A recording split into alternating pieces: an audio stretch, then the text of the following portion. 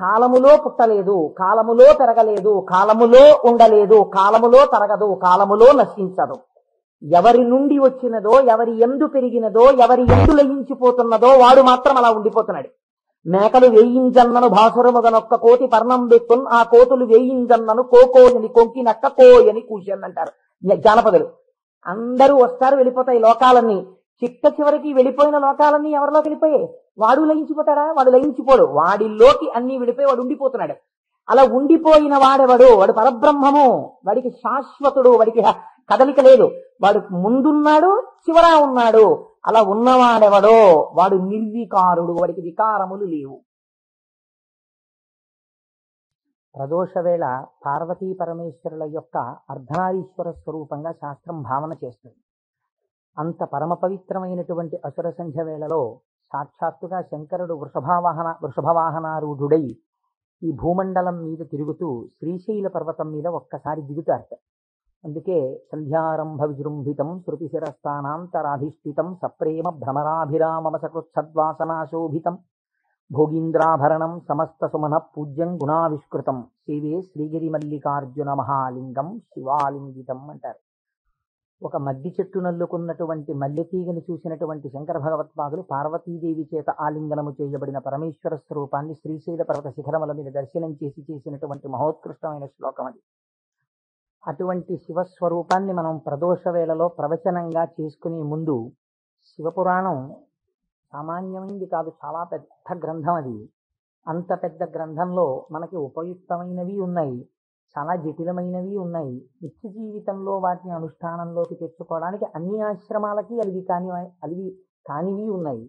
కనుక నేను అనుకున్నాను, శివాష్టోత్తర శతనామ స్తోత్రాన్ని ఉత్తరాయణ పుణ్యకాలం కనుక నేనేదో ప్రవచనం చేయడం కేవలం వినడం కాకుండా ప్రతిరోజు ఈ కార్డు పట్టుకుని వస్తే ప్రదోష వేళలో మనం ఇటువంటి దేవాలయంలో కూర్చుని చెప్పుకున్నటువంటి నామం 1,000,000 రెట్లు ఫలితం ఇస్తుంది. ఒక 30 రోజులో 40 రోజులో ఈ ప్రవచనాలు కొనసాగినప్పుడు మీరు ప్రతిరోజు ఈ నామాలు పలికారనుకోండి, 108 ఇంటూ 1,000,000 అంత నామం చేసినటువంటి ఫలితం మన ఖాతాలో ఈశ్వరుడు వేస్తాడు. దాని మీద వినడం శృణ్వం తపః, అది తపస్సు చేసినటువంటి ఫలితం అవుతుంది.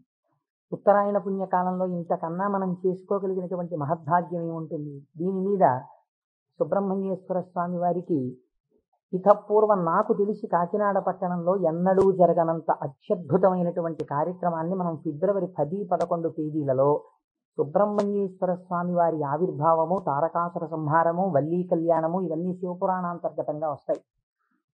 ఇవన్నీ విన్న తరువాత 200 జంటలు పాలకావిళ్ళు ఎత్తి పట్టుకుని, కావిడి పట్టుకున్న వాళ్ళకి ఇంకా ఆచంద్రతారార్కం వంశాభివృద్ధి కోరికలు తీరుస్తానని పరమాత్మ ప్రకటించారు. ద్రవిడ దేశంలో అయితే కావిడి పట్టుకుని వెడుతుంటే సంతానము లేనటువంటి స్త్రీలు పడుకుని వారు దాటేటట్టుగా పడుకుంటారు. వారు దాటితే సుబ్రహ్మణ్యుడే దాటినట్టు. సంతానము కలగకుండా ఉన్నటువంటి ప్రతిబంధకము దానివల్ల తొలగిపోతుంది అని. అటువంటి ఉత్సవం నాకు తెలిసి జరగలేదు. పెద్దలు పూర్వం ఎవరైనా చేసి ఉండవచ్చు. అటువంటి ఉత్సవాన్ని మనం ఫిబ్రవరి 11వ తారీఖున చేసుకోబోతున్నాం. ఇక్కడ ఆ రోజున సుబ్రహ్మణ్య సంబంధంగా ఒక గొప్ప హోమం జరుగుతుంది. సుబ్రహ్మణ్యుడికి పాలకావిళ్ళు పట్టుకొచ్చిన కావిళ్లల్లో పాలతోటే అభిషేకం జరుగుతుంది. అదే రోజున స్వామివారికి సాయంకాలం వల్లీ కళ్యాణం జరుగుతుంది. బహుశా వల్లీ కళ్యాణం జరగడం అన్నది మనం చాలా తక్కువగా చూసాం. వల్లీ కళ్యాణం ఆ రోజు సాయంకాలం ఇక్కడ జరుగుతుంది. ఇది కాకుండా ఇంకా కొన్ని విశేష కార్యక్రమాలు ఇందులో మన జీవితాలు ధన్యమయ్యేటట్టుగా అనుసంధానం చేస్తాం. ఆయా ఘట్టాలు వచ్చినప్పుడు వాటిని మీకు ముందుగానే విజ్ఞాపన చేస్తాను.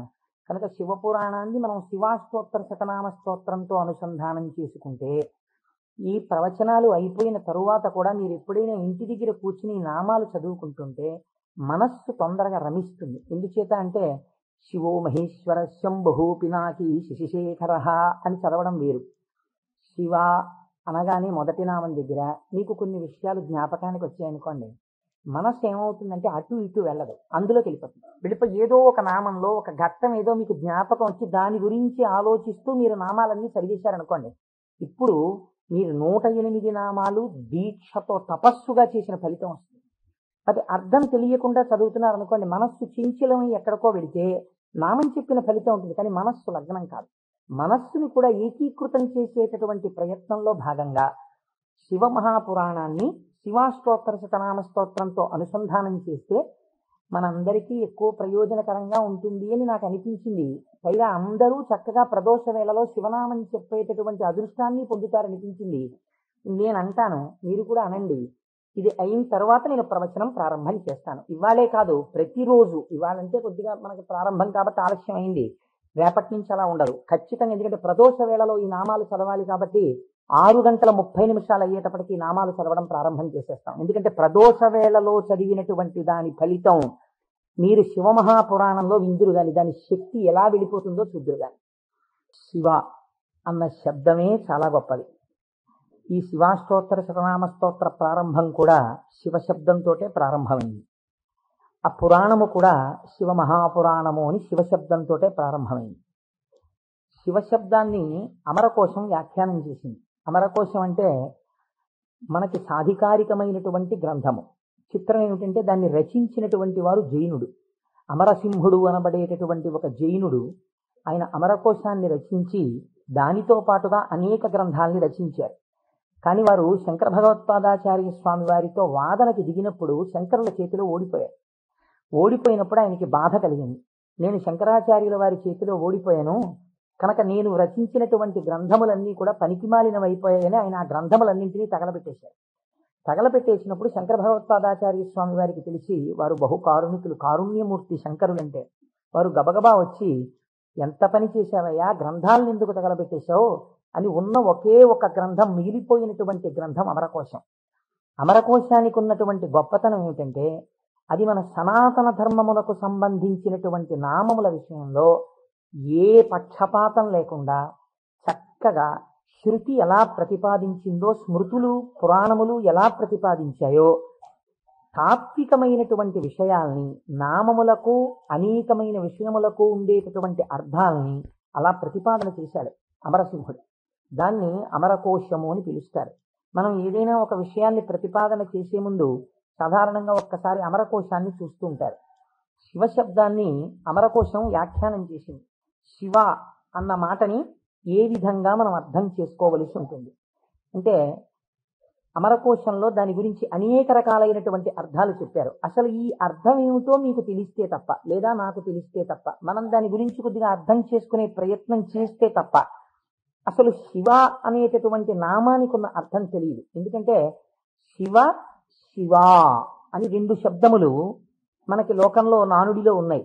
శివ అంటే శంకరుడు, శివ అంటే పార్వతీదేవి, ఆయన యొక్క శక్తి స్వరూపం. శివ అంటే అమరకోశం అంటుంది, శామ్యతి పరమానంద రూపత్వ నిర్వికారో భవతీతి శివ. నిర్వికారుడై, నిర్వికారుడు అంటే మనకి వికారములు ఉంటాయి. నేను తరచూ మీకు ప్రస్తావన చేస్తుంటాను, ఈ జగత్తులో ఉన్నటువంటి సమస్త ప్రాణులకు, సమస్త జీవులకు 6 వికారములు ఉంటాయి. ఇవి షడ్వికారములు అంటారు. కాలములో ఏదైనా వచ్చిందనుకోండి, దానికి పుట్టినటువంటి తేదీ అని ఒకటి ఉంటుంది. పుట్టిన తేదీ అన్నది పడినది అంటే మీరు ఒకటి గుర్తుపెట్టుకోవాలి, అది షడ్వికారములకు లోనైపోతుంది. ఈ భావన మీ మనస్సులో బాగా రూఢమైందనుకోండి, బాగా పూనుకుందనుకోండి, అసలు సగానికి సగం లోకం పట్ల ఉండేటటువంటి తాదాత్మ్యత తగ్గిపోతుంది. ఇది కేవలం వినడానికి విన్నారనుకోండి, దీని వలన వచ్చేటటువంటి ప్రయోజనం తక్కువగా ఉంటుంది. ఇది బాగా లోపల జీర్ణమైందనుకోండి, మీకు అనేక విషయాలు అర్థం అవుతాయి. మీరు ఒక్కసారి గమనించండి, షడ్వికారములలో ఇక పూర్వం మీరు ఆ వస్తువుని చూడలేదు, కానీ ఆ వస్తువు, ఆ ప్రాణి, ఆ జీవుడు ఒకానొక కాలమునందు ఈ లోకములో పుట్టింది. కాబట్టి ఇప్పుడు దానికి జన్మము అన్న తేదీ ఒకటి వచ్చింది కాలంలో. సరే, కాలం అన్నది యథార్థమా అంటే బీజస్యాంతరివంకురో జగదిదం ప్రాంగ్ నిర్వికల్పం పునః మాయా కల్పిత దేశకాల కలనా వైచిత్ర చిత్రీకృతం అన్నారు శంకరాచార్యుల వారు. ఆ తత్వ పరిశీలనాన్ని పక్కన పెడితే ఒక జన్మ తేదీ ఉంది. ఈ జన్మ తేదీలో ఒక ప్రాణి కనపడగానే శాస్త్రం అంది 6 విషయాలు గుర్తుపెట్టుకో. ఇక పూర్వము లేనిది పుట్టినది. పుట్టినది మీరేమనాలి? ఎవరో పిల్లాడు పుట్టాడు, వాడు ఏడుస్తున్నాడు, పిల్లాడు ఉన్నాడండి. పుట్టిన పిల్లాడు ఏడవలేదు. అయ్యో ఏమిటి పిల్లాడు ఏడవట్లేదు అని కదిపి చూశారు.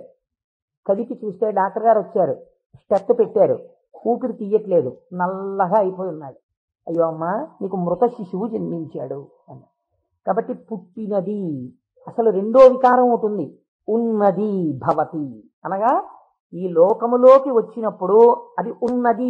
అసలు ఉన్నది అని మీరు అనాలంటే అక్కడే శివ శబ్దం ప్రారంభం, మంగళత్వం. ఉన్నది, ఉన్నది అలాగే ఉండాలా? అలా ఉండదు, పెరగాలి. పెరిగినది, పెరిగినది పెరుగుతూ వెళ్ళిపోతుందా? నేనున్నాను, ఎవరి మీదో ఎందుకు పెట్టి చెప్పాలి? కోటేశ్వరరావు అనబడేటటువంటి ఈ శరీరం ఒక డేటు, ఈ డేట్ చెప్తే ఏమవుతుందంటే అదో పుట్టినరోజు అనుకుని చాలా మంది పాపం ఇచ్చేసి చాలా ఆలోచన చేస్తున్నారు. భయం వేస్తుంది నాకు ఆ డేట్ చెప్పడానికి. ఏదో 14/7/1959కి ముందు ఈ శరీరం లేదు. 14/7/1959లో ఈ శరీరం వచ్చింది. కాబట్టి ఈ శరీరం వచ్చినది ఉన్నది, ఏడిచింది అమ్మ కడుపులోంచి వచ్చి. అలాగే ఉందా? మా అమ్మ కడుపులోంచి వచ్చినప్పుడు ఎలా ఉన్నానో అలా ఉన్నానా? పెరిగినది. అబ్బో, ఎంత ధ్వజస్తంభం అంత పెరిగిపోయింది ఈ శరీరం. పెరిగినది. ఇది ఇలా పెరుగుతూ ఉంటుందా? ఉండదు, కరిగినది. మీరు నన్ను ఒక 20 సంవత్సరాల తర్వాత చూశారనుకోండి, ఇది కరిగిపోతుంది. ఈ శరీరం వడిలిపోయి క్షీణించిపోవడం ప్రారంభమైపోతుంది. కరిగినది. తర్వాత ఆయనేనా ఈయన అనవలసి వస్తుంది. మార్పు చెందినది. బాగా క్షీణించిపోయి ఇప్పుడున్నంత శరీరం ఉండదు. అయ్య బాబోయ్, అప్పుడు ఎంత ఉండేవారండి మనిషి, ఆయన ఈయన అటుకంత అయిపోయారండి అంటాం. కాబట్టి మార్పు చెందినది, కరిగినది. ఇంకా కొంతకాలం అయిపోయిన తర్వాత నశించిపోయినది.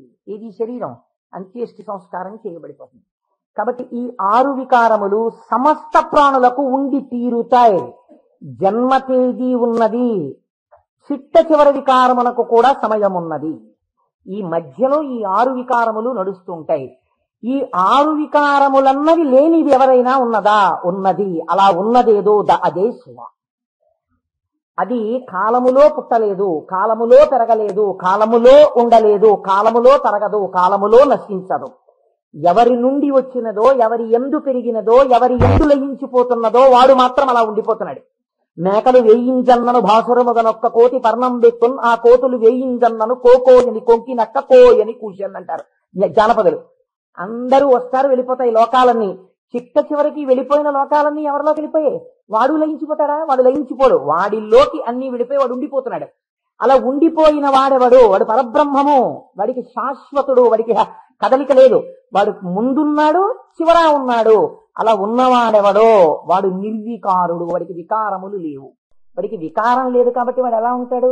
వాడి జుట్టు తెల్లబడదు కదండి, వాడికి ముసలితనం లేదు, కాలము లొంగదీయలేడు. కాబట్టి ఇప్పుడు వాడు నిత్య యవ్వనుడు. అందుకే శివుడి గురించి చెప్పినా, అమ్మవారి గురించి చెప్పినా మనం ఏం చెప్తామంటే నమశివాభ్యాం నవయవ్వనాభ్యాం అంటాం. ఈ శ్లోకం మా ముత్తాత గారు చెప్పారు, అప్పుడు నవయవ్వనులే వాళ్ళు. మా తాతగారు చెప్పారు, అప్పుడు నవయవ్వనులే వాళ్ళు. మా ముత్తాత గారు వెళ్ళిపోయారు, మా తాతగారు వెళ్ళిపోయారు, మా తండ్రి గారు చేశారు కొంతకాలం ఆ శ్లోకాలు. మా తండ్రి గారు వెళ్ళిపోయారు, ఇప్పుడు నేను చేస్తున్నాను. నేను చెప్పిన నమశివాభ్యాం నవయవ్వనాభ్యాం పరస్పరాశ్లిష్టవపుర్ధరాభ్యాం. అదేమిటంటే మా ముత్తాతగారు, తాతగారు, తండ్రి గారు, నేను 4 తరాలు మారిపోయా, ఇంకా నవయవ్వనాభ్యామేనా? ఆ శ్లోకం మార్చద్దా? వృద్ధాప్యం రాదా? రాదు. ఎందుకు రాదు? మీరు కాలమునకు వశులై కాలమునందు మార్పు మీకు వస్తుంది.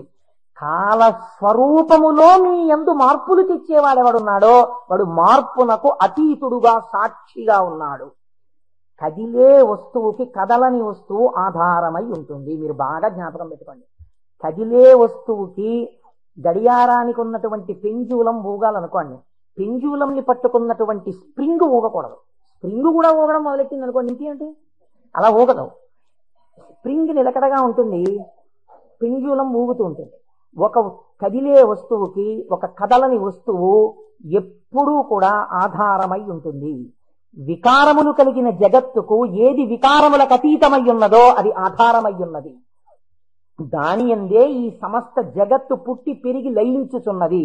అటువంటిదేదో అది వికారాతీత స్థితి కలిగినటువంటి పరబ్రహ్మము. దానిని నువ్వు ఒక నామవాచకంతో పిలవాలనుకుంటే శివ అని పిలవవచ్చు. కాబట్టి ఇప్పుడు శివశబ్దం ఎవరిని చెప్తోంది? పరబ్రహ్మాన్ని చెప్తోంది. ఇప్పుడు ఆయన ఎలా ఉంటారు? నిర్వికారమై నిరంజనమై. ఇదే కదండి శివకవచం మాట్లాడుతుంది. పూర్వభాగంలో ఆయన యొక్క స్థితిని ఆయన ఎలా నిర్వికారుడై ఉంటాడో చెప్తుంది. ఇటువంటి పరమాత్మ స్వరూపం మీ కన్నులకు కనపడుతుందా? వికారము పొందుతున్న జగత్తు మీకు కనపడుతుంది, కానీ వికారములు పొందుతున్నటువంటి జగత్తుకి తను ఆధారముగా ఉన్నవాడు మీకు కనపడతాడా? కనపడడు. ఈయనకి ఒక రూపం తీసుకొచ్చి చూస్తే ఎలా ఉంటాడు అంటే అమరకోశంలో ఎంత అందంగా మాట్లాడాడో చూడండి. అమరసింహుడు పరమానంద రూపత్వ, ఆయన పరమానందమును పొందుతూ ఉంటాడు. ఎందుకని? మన అందరికీ సుఖ దుఃఖాలని ద్వంద్వాలుంటాయి, ఎప్పుడూ ఆనందంతో ఉండం. ఆయనకి వికారాలు ఏమీ లేవు, అందుకని ఆయన ఎప్పుడూ పరమానందంతో ఉంటాడు. ఎక్కడుంది పరమానందం? బయట ఉన్న వస్తువుల వల్ల ఆనందం కాదు, లోపలే ఉంది ఆనందం. ఆ ఆనందంతో తన్మయాన్ని పొందుతూ ఉంటాడు. అది నోటితో చెప్పడం కుదరదు. ఇప్పుడు ఎలా చెప్పాలి అంటే, పద్మాసనం వేసుకుని చేతులు రెండు ఇలా పెట్టుకుని కన్నులు ఇలా అరమోట్పు కన్నులతో ఉండి తనలో తాను రమిస్తూ కనపడుతుంటాడు. శంకరుడి యొక్క ఫోటో మీరు చూశారనుకోండి, చూస్తే ఆయన అరమోట్పు కన్నులతో కూర్చుని సంతోషంతో ఆనందంతో ఉన్నట్టుంటాడు. ఇందులో ఇంకా లోకరక్షణ హేతువుగా అభయముద్ర పట్టినట్టుగా ఉంది. ఆయన అరమోట్పు కన్నులతో ఆనందంతో రమించిపోతున్నట్టుగా ఉంటుంది శివస్వరూపం. అంటే ఘనీభవించినటువంటి ఆనంద స్వరూపమే పరమాత్మ యొక్క స్వరూపం. పరమాత్మ నిత్యానందము ఏది ఉన్నదో దాన్ని రాశీభూతం చేస్తే అదే శివ. కాబట్టి ఇప్పుడు పరమాత్మ యొక్క స్వరూపమేమి? ఆనంద ఘనమే పరమాత్మ. కాబట్టి ఇప్పుడు ఆయన అన్ని వికారములకు అతీతుడై తనలో తాను రమించిపోతూ ఆనందపడిపోతూ ఉండేవాడెవరో, కదలిక ఉండదు ఇంకా మనస్సులో, అన్ని అరికట్టి లోపల ఉన్నటువంటి ఆనందంతో తాను కలిసిపోయి తానే చిదానంద రూపుడై ఉంటాడు. దీనికి మీకు పోలిక చెప్పాలంటే ఒక్కటి కుదురుతుంది. మనం కదులుతున్నటువంటి తరంగములు కలిగిన సరోవరాలం. మీరు చూడండి, అందుకే నిద్ర లేవగానే ఏది ప్రారంభం అవుతుంది పనిచేయదు మీకు. ప్రారంభంలో నిద్ర లేచారు అనగానే, నిద్ర లేవడం అంటే ఏమిటో తెలుసా అండి? శరీరం లేవడం కాదు. ముందు ఏది లేస్తుందో తెలుసా? పరమాత్మతో రమిస్తున్నటువంటి మనస్సు విడివడుతుంది. విడివడి అది సంకల్ప వికల్ప సంఘాతం, అది వెంటనే ఒక ఆలోచన మొదలెడుతుంది. మొదట ఆలోచన ఏంటి? తెల్లవారిపోయింది. ఈ తెల్లవారిపోయిందన్న మొట్టమొదటి ఆలోచన అది చెయ్యగానే నిర్మలంగా ఉన్నటువంటి నీళ్ల దగ్గరికి వెళ్ళి మీరు ఒక చిన్న రాయి తీసుకుని ఇలా వేశారనుకోండి, అదేం చేస్తుందంటే ఇలా ఒక తరంగం కదులుతుంది. కదిలి అలా వెడుతుంది. ఇది ఒక్కటే వెళ్ళదు, ఇది వెడుతూ ఇంకో తరంగాన్ని తయారు చేస్తుంది, ఇంకో తరంగాన్ని తయారు చేస్తుంది. అలా కదులుతూ తరంగాలుగా ఒక కదలిక రాగానే ఇంకో కదలిక వస్తుంది. తెల్లవారిపోయింది, ఇవాళే నువ్వు శివమహాపురాణం మొదలెట్టాలి, ఇవాళే నువ్వు ఫలానా వాళ్ళ ఇంటికి వెళ్ళి ఒక్కసారి ఆశీర్వచనం చెయ్యాలి, చూసావా తెల్లవారిపోతుంది గబగబా సంధ్యావందనం చెయ్యాలి. ఒకదాని వెనక ఒకటి సంకల్పాలు వచ్చేస్తాయి. ఇవి సుఖములకు దుఃఖములకు కూడా హేతువులు అవుతుంటాయి. ఈ సంకల్పాతీతుడై సంకల్పములు దేనిలోంచి పుడుతున్నాయో అది తానై నిరంజన స్వరూపమై ఆనంద ఘనమై కూర్చున్నవాడెవరో వాడు పరమాత్మ, వాడు శంకరుడు. కాబట్టి శివుడు ఆయన ఇక్కడే సమస్తాన్ని చూస్తూ ఉంటాడు. అటువంటి ఆనంద ఘనమునకు శివ అని పేరు. ఇప్పుడు దీనివల్ల మీకేం తెలుస్తోంది? మనుష్య జన్మ యొక్క చిట్ట చివరి ప్రయోజనమేమి? ఆ ఆనందము మీరే అగుట. అటువంటి ఆనంద స్వరూపులుగా మీరు మారడమే మనుష్య జన్మ యొక్క ప్రయోజనం. దానికే మోక్షము అని పేరు. కాబట్టి ఇప్పుడు అటువంటి మోక్ష స్థితిని పొందాలనుకున్న వాళ్ళకి ఎవరు ఆరాధ్య దైవము? శివుడే. కాబట్టి శివయోకోధ్యేయ శివంకర. కాబట్టి ఏమండి మీరు చెప్పింది బాగుంది, కానీ మేము గృహస్థాశ్రమంలో ఉన్నాం కదా, మాకు భార్య బిడ్డలు ఉన్నారు కదా, మాకు సంకల్పాలు ఏవి వద్దు అని మేమందరం కూడా ఇలా ముక్కు మూసుకుని లేచిన దగ్గర నుంచి ఏదో సంధ్యావందనం చేసుకుని ఒక పూజా మందిరంలో ఇలా కూర్చుండిపోతే, మనస్సుని అంతర్ముఖం చేసే ప్రయత్నం చేస్తూ ఏదో లోపల ఉన్నటువంటి ఆ వస్తువుని కనిపెట్టే ప్రయత్నం చేస్తూ మేము ఉండిపోతే నా భార్య పరిస్థితి ఏమిటి, నా పిల్లల పరిస్థితి ఏమిటి? అసలు మరి గృహస్థాశ్రమంలో ఉండి కొన్ని కోరికలంటూ ఉంటాయి కదా, మరి తప్పదు కదా. అప్పుడు ఈ స్వరూపాన్ని పట్టుకుంటే ఉపయోగమే ఉండదా? ఇంకేమీ అలా కోరికలు తీర్చడాలు అలా ఏమి ఉండవా? కేవలం ఆనందం మోక్షం ఇంతేనా పరిస్థితి? కాదు. అమరకోశం అంది వెంటనే మళ్ళీ చేరతే సజ్జన మనాం స్మస్మిన్నితిగా. ఈయన యందు సజ్జనుల యొక్క మనస్సు రమించుచుండును. ఈ మాటని మీరు చాలా గట్టిగా పట్టుకోవాల్సి ఉంటుంది. మీకు చూడండి, నేను ఇంతకన్నా మీకు ఉదాహరణ చెప్పడానికి సాధ్యం కాదు. ఇంకా వంటింట్లో ఒక పంపు ఉంటుంది, బాత్రూంలో ఓ పంపు ఉంటుంది, వరండాలో ఒక పంపు ఉంటుంది వాష్ బేసిన్ దగ్గర. మీకు ఇంకా అవసరం అనుకున్నారనుకోండి, ఏదో మీరు భోజనాలు చేసే గదిలో చేతులు కడుక్కోవడానికి ఒక పంపు ఉంటుంది. ఇన్ని పంపుల్లోనూ మీకు ఏకకాలమునందు ఎక్కడ విప్పినా నీళ్లు రావాలనుకోండి, ఏది నింపాలి? ఏ పంపు కొట్టంలో నీళ్లు పోస్తారా? ఓవర్ హెడ్ వాటర్ ట్యాంక్ లో నీళ్లు పోస్తారు. ఓవర్ హెడ్ వాటర్ ట్యాంక్ లో నీళ్లు పోస్తే అన్ని పంపుల్లోనూ నీళ్లు వచ్చినట్టు శివస్వరూపాన్ని పట్టుకుంటే అది ఏ రూపంగా, ఏ రకంగా, ఏ విభూతితో, ఏ లక్షణంతో, ఏ గుణంగా మీ మనస్సు ఇష్టపడిన ఏ విధానంగా ఒక్కదాన్ని మీరు పట్టుకుని రమించిపోవడం ప్రారంభించినా అది మీకు కావలసిన సమస్తాన్ని ఇస్తుంది. అలా ఇవ్వగలదు. దానికి ఆ శక్తి ఉన్నది. అది మిమ్మల్ని కాపాడుకుని వస్తుంది. మీరు చూడండి, గొడుగు ఒక్కటి ఇలా పట్టుకున్నారండి, ఇలా గొడుగు పట్టుకుని వెళ్ళిపోతున్నారు. ఇలా గొడుగు పట్టుకు వెళ్ళిపోతుంటే బయట మంచి ఎండ కాసింది. ఇప్పుడు ఆ గొడుగు మిమ్మల్ని రక్షిస్తుందా, రక్షించదా? రక్షిస్తుంది. మీరు వెళ్ళిపోతుండగా మంచి మబ్బు పట్టి వాన ప్రారంభమైంది. గొడుగు రక్షిస్తుందా, రక్షించదా? రక్షిస్తుంది. వాన తగ్గిపోతోంది, ఇంకా కొద్దిగా ఎండ వస్తే బయలుదేరదాం అనుకుని మీరు చెట్టు కింద నించున్నారు. ఒక పక్షి పైనుంచి రెట్ట వేసింది. మీ మీద పడకుండా గొడుగు రక్షిస్తుందా, రక్షించదా? రక్షిస్తుంది.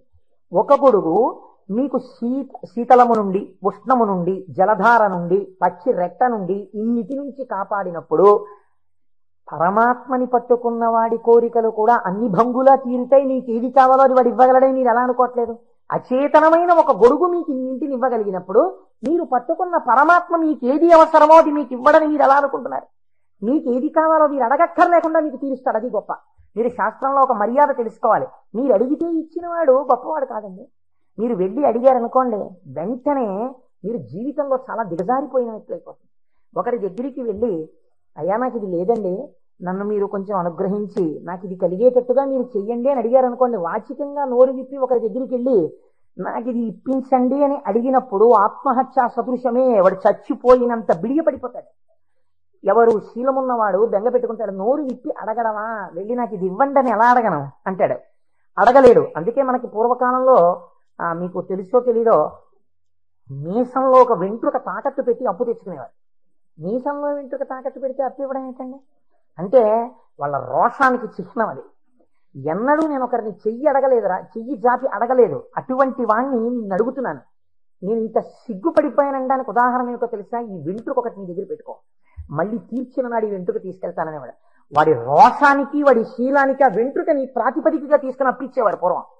అందుకే నా మీసంలో వెంట్రుక తాకట్టెట్టాననేవారు పూర్వం. కాబట్టి ఒకరి దగ్గరికి వెళ్ళి అడగడం అంటే అంత చిన్నతనం. పరమాత్మ అయినా మిమ్మల్ని అలా చిన్నబుచ్చి ఇస్తాడని మీరు ఎలా అనుకుంటున్నారు? గొడుగు పక్షి రెట్ట నుంచి నన్ను కాపాడు, వాన పడితే కాపాడు, ఎండగా ఉంటే కాపాడు, పైనుంచి ధూళి పడకుండా కాపాడు, ఓ గడుగా నన్ను రక్షించు అని మీరంతా స్తోత్రం చేసి వేసుకుంటున్నారేంటి? ఇలా విప్పిలా పట్టుకుంటే ఎంతే రక్షించేయడం దాని ప్రయోజనం. అలా మీరు శివస్వరూపాన్ని పట్టుకుంటే, ఎలా పట్టుకున్నా సరే, అంటే ఎలా పట్టుకోవాలంటే అభిషేకాలు చేయాలా, పూజలు చేయాలా, లేకపోతే దాని స్వరూపం బాగా తెలుసుకోవాలా, అర్థం అవ్వాలా? కాదు. మీ మనస్సు ఏదో ఒక విషయంలో రమించింది అంతే, అది చాలు. మిమ్మల్ని మీకు రక్షణ కల్పించడానికి అది హేతు అవుతుంది. మీకు నేను ఒక ఉదాహరణ చెప్తాను, మీరు దాని వలన దీని వ్యాఖ్యానాన్ని బాగా పట్టుకోగలుగుతారు. నాయనార్లని మళ్ళీ నేను ఏదో లౌకికమైన ఉదాహరణ ఎందుకు తేవాలి? మనకి 63 నాయనార్లు ఉన్నారు. అంటే శివుని యొక్క అనుగ్రహము చేత తరించిపోయిన మహాపురుషులు. ఆ 63 నాయనార్లో గుగ్గుల కలయ నాయనార్లని ఒక ఆయనకి ముందు అసలు గుగ్గుల అన్న పేరు కలపలేదు. కలయ నాయనార్ ఆయన పేరు. అమృతఘటేశ్వరుడు ఉన్న క్షేత్రంలో పుట్టారు ఆయన పేరు కలయ. అందుకని ఈయన పేరు కూడా కలయ అని పిలుస్తూ ఉండేవారు. ఈ కలయ నాయనారికి ఒక లక్షణం ఉండేది. ఆయన చేసే పూజ ఏమిటో తెలుసా అండి? ఆయన ఎప్పుడు భగవంతుడి దగ్గర కూర్చొని అనుకునేవాడు, సుగంధిం పుష్టివర్ధనం అంటారు కదా, త్రయంబకం అని పిలుస్తారు కదా, 3 కన్నులు ఉంటాయి కదా, ఆయన వస్తుంటే సువాసనలు వస్తాయి కదా. ఆనాడు మార్కండేయుడు శివలింగాన్ని గట్టిగా కౌగిలించుకుని చంద్రశేఖర చంద్రశేఖర చంద్రశేఖర పాహిమాం అని అంటుండగా యమధర్మరాజుని శిక్షించి మార్కండేయుడిని రక్షించడానికి శివలింగంలోంచి ఆవిర్భవించాడు కదా. ఆవిర్భవించినప్పుడు శివుడి కన్నా ముందు శివుని యొక్క సువాసనలు మార్కండేయుడు పీల్చి ఉంటాడు కదా. శివుడు వచ్చేసాడని పొంగిపోయి ఉంటాడు కదా. ఎంతకీ రానిటువంటి రైలు వచ్చేస్తోందని అనౌన్స్ చేసినప్పుడు ఎంత ఆనందం పొందేస్తామో, ముందు అనౌన్స్మెంటు, తర్వాత రైలు ఇంజను కనపడగానే పొంగిపోయినట్టు సుగంధిం, ఆ సువాసనలు వస్తుంటే ఎంత పొంగిపోయి ఉంటాడు కదా మార్కండేయుడు. నా పూనిక ఫలించింది, వచ్చేసాడు పరమాత్మ, అదిగో శంకరుడు, అదిగో సుగంధిం, సువాసనలు వచ్చాయి అని ఆ చంద్రశేఖర చంద్రశేఖర అన్నది ఒక్కసారి ఆపేసి ఏడి శివుడిని ఆ సువాసనల వంకి ఇలా చూస్తూ నిలబడిపోయి ఉంటాడు కదా. కాబట్టి శివుడు యొక్క సువాసన అలా ఉంటుంది కదా అని పొంగిపోతూ నేను అలాంటి వాసన పీలుద్దామని, ఆయన మహాైశ్వర్యవంతుడు కలయనాయనారు. రోజు ఇంత గుగ్గిలం పట్టుకొచ్చి ఆ గుగ్గిలం వెలిగించి గుగ్గిలం ధూపం వేసేవాడు. ఆ ధూపం అంతా పూజ గదంతా నిండిపోతే అందులో కూర్చుని మార్కండేయుడు ఇలాగే వాసన పీల్చి ఉండి ఉంటాడు.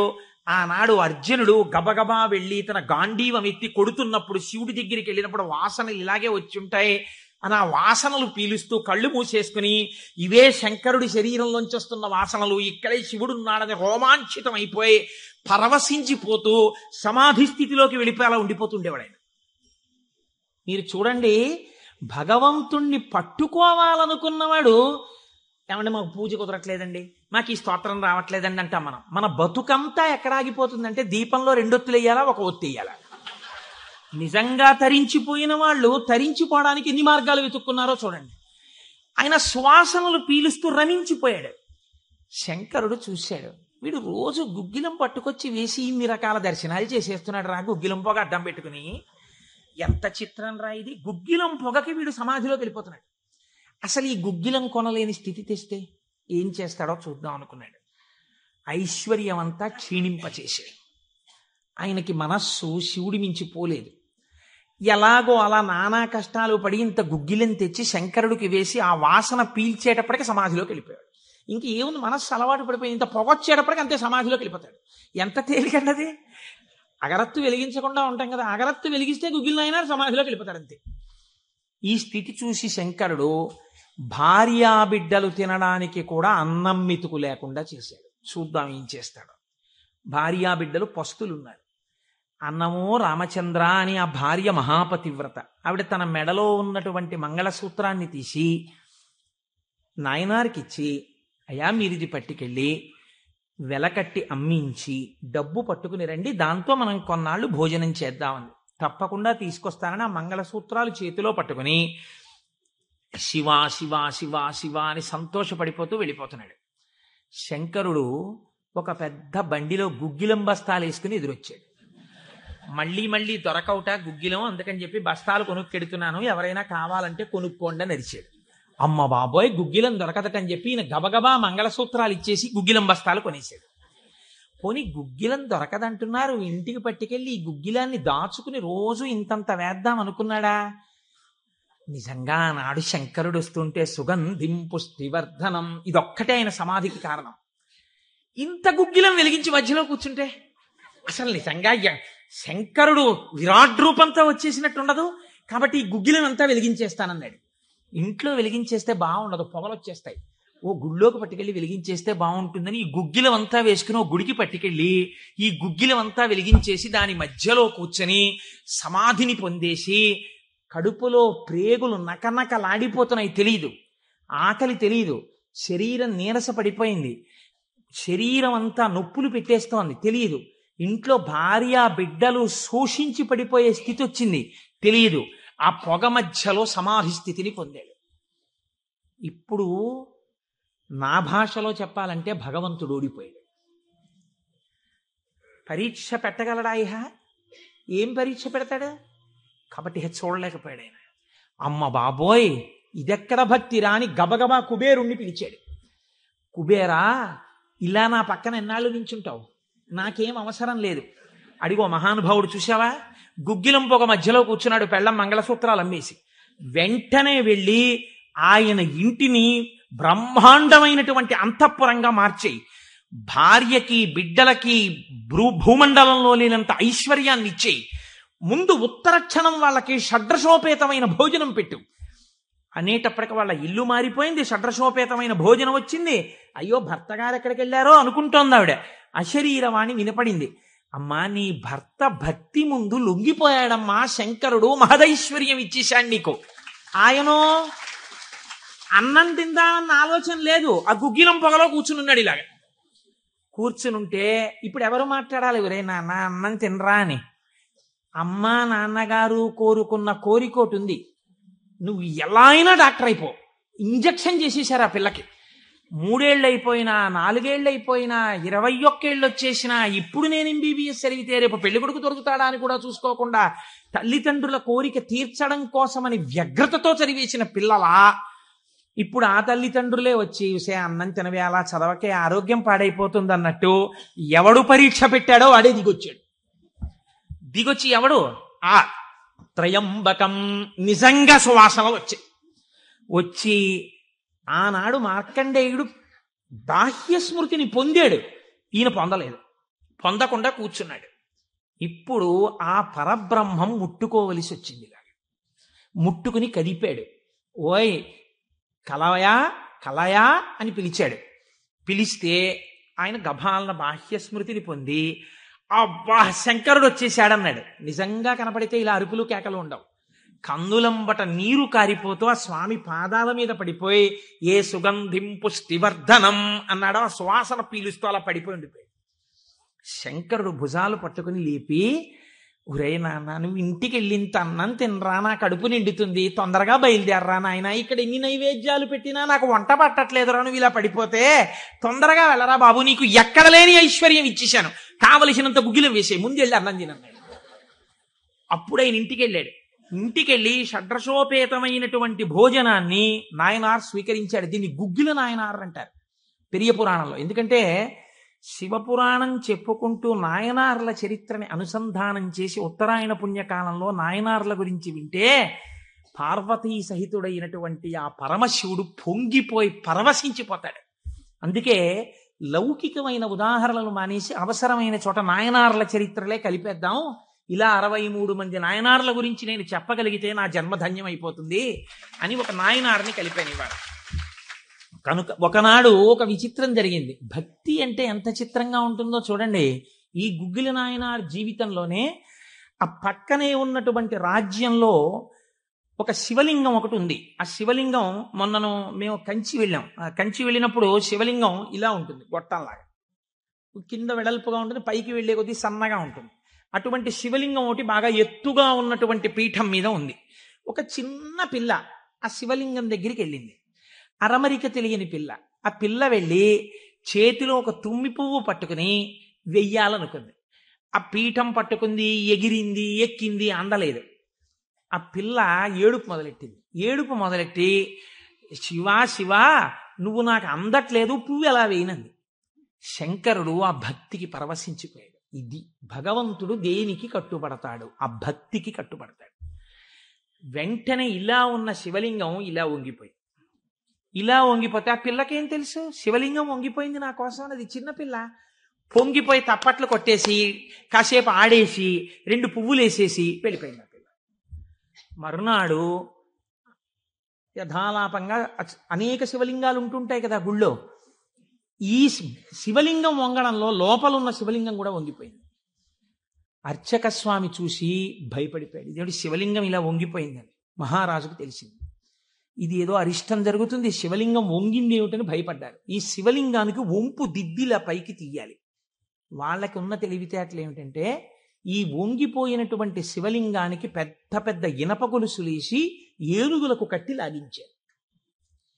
ఇన్ని ఏనుగులు, ఇనపగులు, ఇవన్నీ నేను పుక్కిట పురాణాలు నా సొంతంగా చెప్తున్నాను అనుకుంటున్నారా? ఈ దేవాలయాలు ఉన్నాయి ఇప్పటికీ. నా జీవితంలో ఈశ్వరుడు అనుగ్రహిస్తే ఎప్పటికైనా ఈ 63 నాయనార్ల శివాలయాలు దర్శనం చేయాలని నా కోరిక.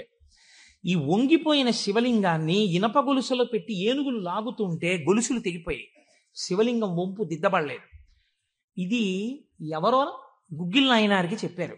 శివలింగం వంగిందిట, ఇనప గొలుసులేసి లాగుతున్నారట, లాగుతుంటే గొలుసులు తెగిపోతున్నాయిట. ఆయన ఎంత బాధపడిపోయి కింద పడి ఏడిచి దొల్లేశాడు. శంకరా మీ కంఠానికి ఇనప గొలుసులేసి ఏనుగులతో లాగారా, ఎంత ఒరిసిపోయిందో ఆ కంఠమని. అంతే, విన్న చోటు నుంచే పరిగెత్తి పారిపోయాడు పక్క రాజ్యానికి. పారిపోయి గుళ్ళోకి వెళ్ళి అన్నం లేదు, నీళ్లు లేవు, ఒగరుస్తూ ఒంటి నిండా చెమటలు పట్టుకుని, ఈశ్వర మీకు జరిగినటువంటి అపరాధం నా శరీరమునకు పొందేటటువంటి ఖేదంతో పోవాలని మీ వంపు దిద్దడం కాదు, మీ వంపు దిద్దడానికి మీకు ఇనప గొలుసు లేచి లాగినప్పుడు మీ కంఠం నొక్కుకుని ఉంటుంది. ఆ శిక్ష నేను అనుభవిస్తానని ఒక గొలుసు, తన మెడలో ఉన్నటువంటి గొలుసుని శివలింగపు వంపుకేసి గట్టిగా లాగాడు, తన కంఠం ఒరిసిపోయి తెగాలని. తన కంఠం తెగలేదు, శివలింగం వంపు ఇలా పైకి లేచిపోయింది. ఆ వంపు దిద్దినటువంటి వాడు గుగ్గిల నాయనార్. ఇప్పుడు మీరు నాకు చెప్పండి, బ్రతికున్న నాళ్ళు గుగ్గిల నాయనార్ ఏం చేశాడు డబ్బు సంపాదించడానికంటే ఎవ్వరికీ తెలియదు. ఇంట్లో పర్సులోంచి 10 రూపాయలు తీస్తే 1000 రూపాయలు మళ్ళీ ఇంకో రూపంలో వచ్చేస్తుండేది. అంత చిత్రంగా ఆయన మహదైశ్వర్య సంపన్నుడై, అందుకే అంటారు శాస్త్రంలో, ఐశ్వర్యము కావాలన్నవాడు శివారాధన చెయ్యాలి. శివారాధన అపారమైన ఐశ్వర్య హేతువు. అందున దక్షారామం లాంటిదైతే గొప్ప భోగస్థానం కూడా. అంత ఐశ్వర్యంతో జీవిస్తూ శివభక్తిని విడిచిపెట్టలేదు. శివభక్తితో ఐశ్వర్యంలో ఉన్నాడు. అంత్యమునందు తేలికగా శరీరం విడివడి హాయిగా పరమశివుని యొక్క పాదములలో కలిసిపోయాడు. ఇప్పుడు మీరు చెప్పండి, అమరకోశంలో మహానుభావుడు అమరసింహుడు శివశబ్దానికి సజ్జనుల యొక్క మనస్సు రమించేటటువంటి స్వరూపము కలిగిన వాడు అని శివశబ్దానికి అర్థం చెప్పడంలో ఎంత గంభీరమైన అర్థం ఉందో మీరు చూడండి. శివశబ్దము సజ్జనుల యొక్క మనసు రమించు స్థానము. ఎలా రమిస్తుంది, దేనివల్ల? దానికి ఈ కారణం ఆ కారణం అని చెప్పడం కుదరదు. మీకు మనస్సుంటే, భక్తి ఉంటే ఒక్క కారణం చాలు. ఏదో ఒక కారణంతో శివుని యందు మనసు రమిస్తే వాడికి సమస్తమైనటువంటి ఐశ్వర్యము కలుగుతుంది. ఇహము నుండి పరము వరకు, మోక్షము వరకు పొందగలడు. కాబట్టి అటువంటి స్థితిని ఇయ్యగలిగినది. 3వ నిర్వచనంలో అంటారు, చేతే సజ్జన మనస్వితివా. సాధువుల యొక్క మనస్సు యందు తానుండువాడు. ఇప్పటి వరకు సాధువులు తమ మనస్సు శివుని యందు పెట్టారు. ఇప్పుడే స్థితి కెడతట. ఇదే భృంగీచ్ఛా నటనోత్కట కరిమదగ్రాహీ స్ఫురన్మాధవా హ్లాదో నాదయుతో మహాసితవపు పంచేషు బాణాధృత సత్పక్ష సుమనో వనేషు నపునః సాక్షాన్మదీయే మనో రాజీవే భ్రమరాధిపో విహరతాం శ్రీశైలవాసీ విభుహో అని పిలుస్తారు శంకరాచార్యులు వారి శివానందలహరిలో. లోపల ఉండేటటువంటి హృదయ పద్మము పరిశుద్ధముగా భక్తి అన్న తేనెతో నిండి ఉంటే 2 గండు తుమ్మెదలు వస్తాయి. పార్వతీ పరమేశ్వరులనే గండు తుమ్మెదలు వచ్చి విహరిస్తుంటే అక్కడ తేనె కోసం. ఇప్పుడు ఎవరి మనస్సు నిరంతరము శివనామము పట్టుకుని రమించిపోతోందో, ఎవరు శృతి ప్రమాణము చేత పరవశించిపోతున్నారో అటువంటి వారి మనస్సు యందు పరమశివుడే వెళ్ళి చేరి ఉంటాడు. అంటే ఆయనే శివుడైపోయి ఉంటాడు. ఇది నోటితో చెప్తే చాలా మంది అందుకుని ఉంటారు. కానీ నేను దీనికి కూడా ఒక ఉదాహరణ ఇచ్చే ప్రయత్నం చేస్తాను. చంద్రశేఖర పరమాచార్య స్వామి వారికి నడిచే దేవుడు అని పేరు. మహానుభావుడు, ప్రాతస్మరణీయులు. మొన్నట్నే మేము కంచి కామకోటి పీఠానికి వెళ్ళి స్వామివారి బృందావనం దగ్గర ప్రణిపాతం చేసి వచ్చాం. ఆ సమాధి అన్నమాట వాడరు పెద్దలు సన్యసించినటువంటి వారిని సమాధి చేసిన చోట పైన తులసి కోట పెడితే బృందావని మీరు పిలవాలి. ఇది బృందావనం అండి, చంద్రశేఖర పరమాచార్య స్వామి వారి బృందావనం అనాలి. అలా కాకుండా సమాధి మీద శివలింగం ఉంటే బృందావనం అనకూడదు, అధిష్టానము అనాలి. ఇది రమణ మహర్షి యొక్క అధిష్టానం అండి అనాలి. రమణాశ్రమంలోకి వెళ్ళారనుకోండి, మీరు ఇది రమణ మహర్షి సమాధనో రమణ మహర్షి బృందావనమనో మీరు ఉచ్చరిస్తే మీ యందు దోషం పడుతుంది. అలా అనకూడదు.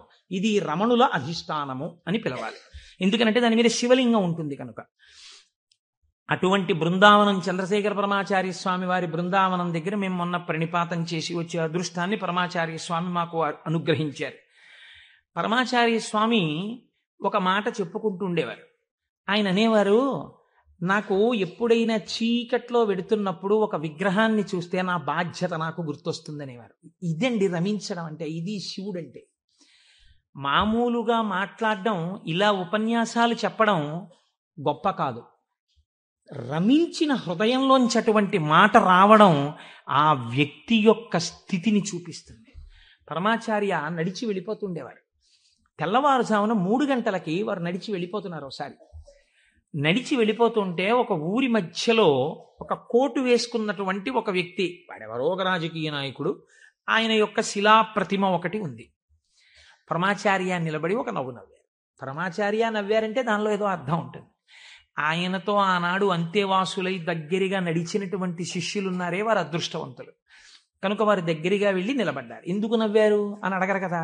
వారు నవ్వి అన్నారు, దీన్ని చూస్తే నాకేం జ్ఞాపకం వస్తోందో తెలుసా, నా బాధ్యత జ్ఞాపకానికి వస్తోంది అన్నారు. అదేమిటండి, ఆ విగ్రహానికి మీకు సంబంధం ఏమిటి అనుకున్నారు విన్నవాళ్ళు. ఆయన అన్నారు, ఈ విగ్రహంలో ఉన్న వ్యక్తి తెల్లవారుజామున 3 గంటలకి ఇలాగే కోటేసుకుని నిలబడి ఉండేవాడా అని అడిగారు. అప్పుడు 3 కదా అయింది టైము.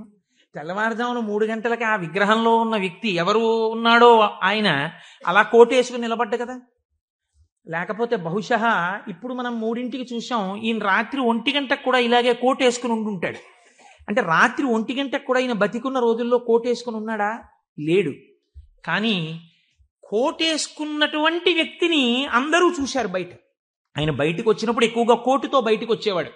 కాబట్టి ఇప్పుడు ఆయన్ని చూడగానే రాత్రి చూసినా, పగలు చూసినా, ఉదయం చూసినా, సంధ్యవేళ చూసినా ఆయన జీవితంలో సాధించిన విషయాలు జ్ఞాపకానికి వచ్చి అందుకు ఆయనకి ఇటువంటి శిలాస్తూపం పెట్టారు అని జ్ఞాపకానికి వస్తుంది. నేనెవరో తెలుసా? పరమాచార్య చెప్పిన మాట.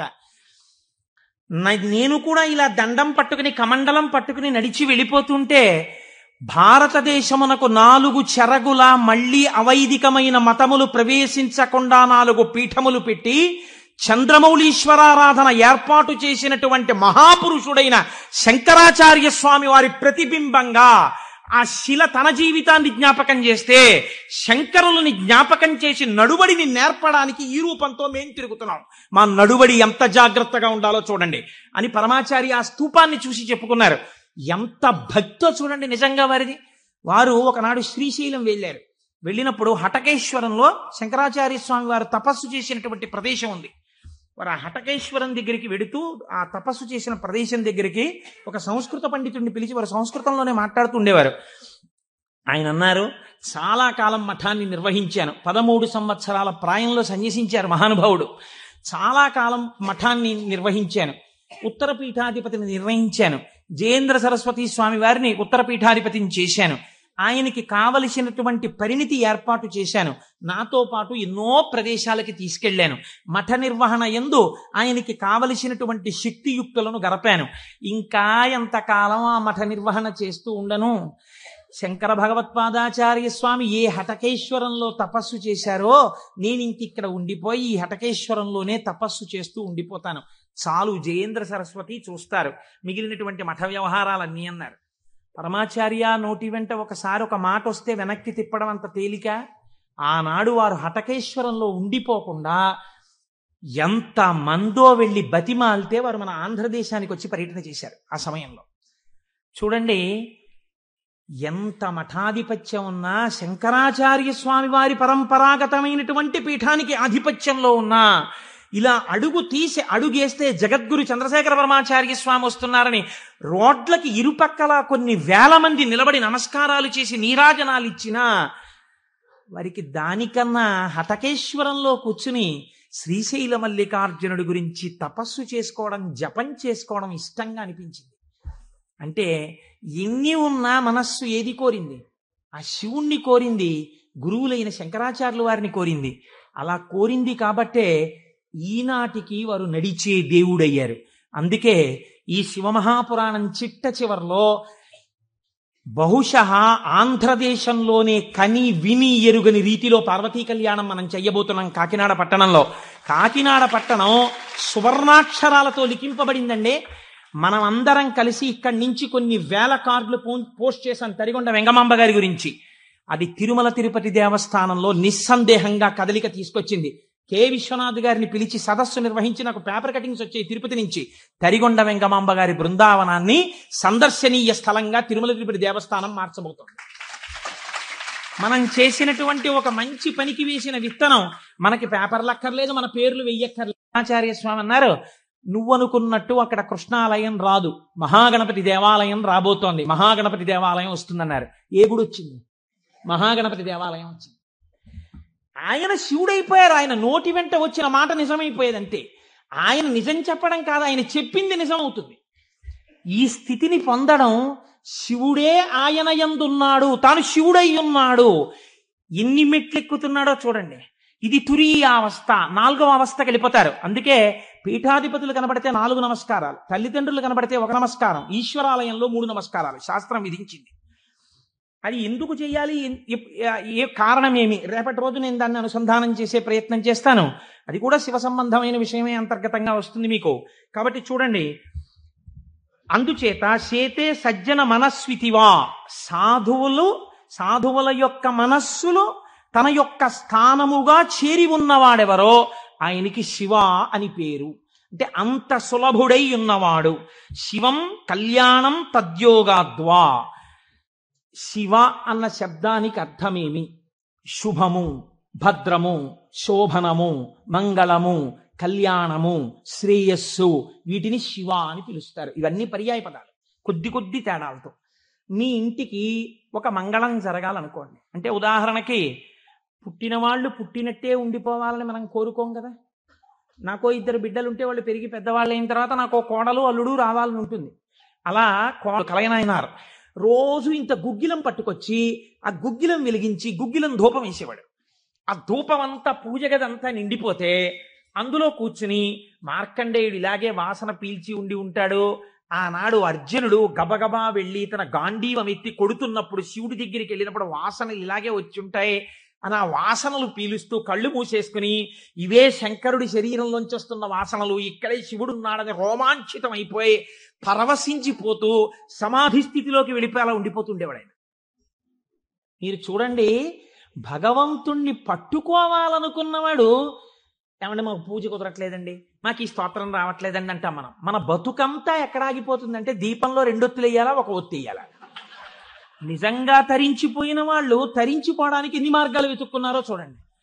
ఆయన శ్వాసనలు పీలుస్తూ రమించిపోయాడు. శంకరుడు చూశాడు, వీడు రోజు గుగ్గిలం పట్టుకొచ్చి వేసి ఇన్ని రకాల దర్శనాలు చేసేస్తున్నాడు రా, గుగ్గిలం పొగ అడ్డం పెట్టుకుని. ఎంత చిత్రం రా ఇది. గుగ్గిలం పొగకి వీడు సమాధిలోకి వెళ్ళిపోతున్నాడు. అసలు ఈ గుగ్గిలం కొనలేని స్థితి తెస్తే ఏం చేస్తాడో చూద్దాం అనుకున్నాడు. ఐశ్వర్యం అంతా క్షీణింపచేశాడు. ఆయనకి మనస్సు శివుడి మించి పోలేదు.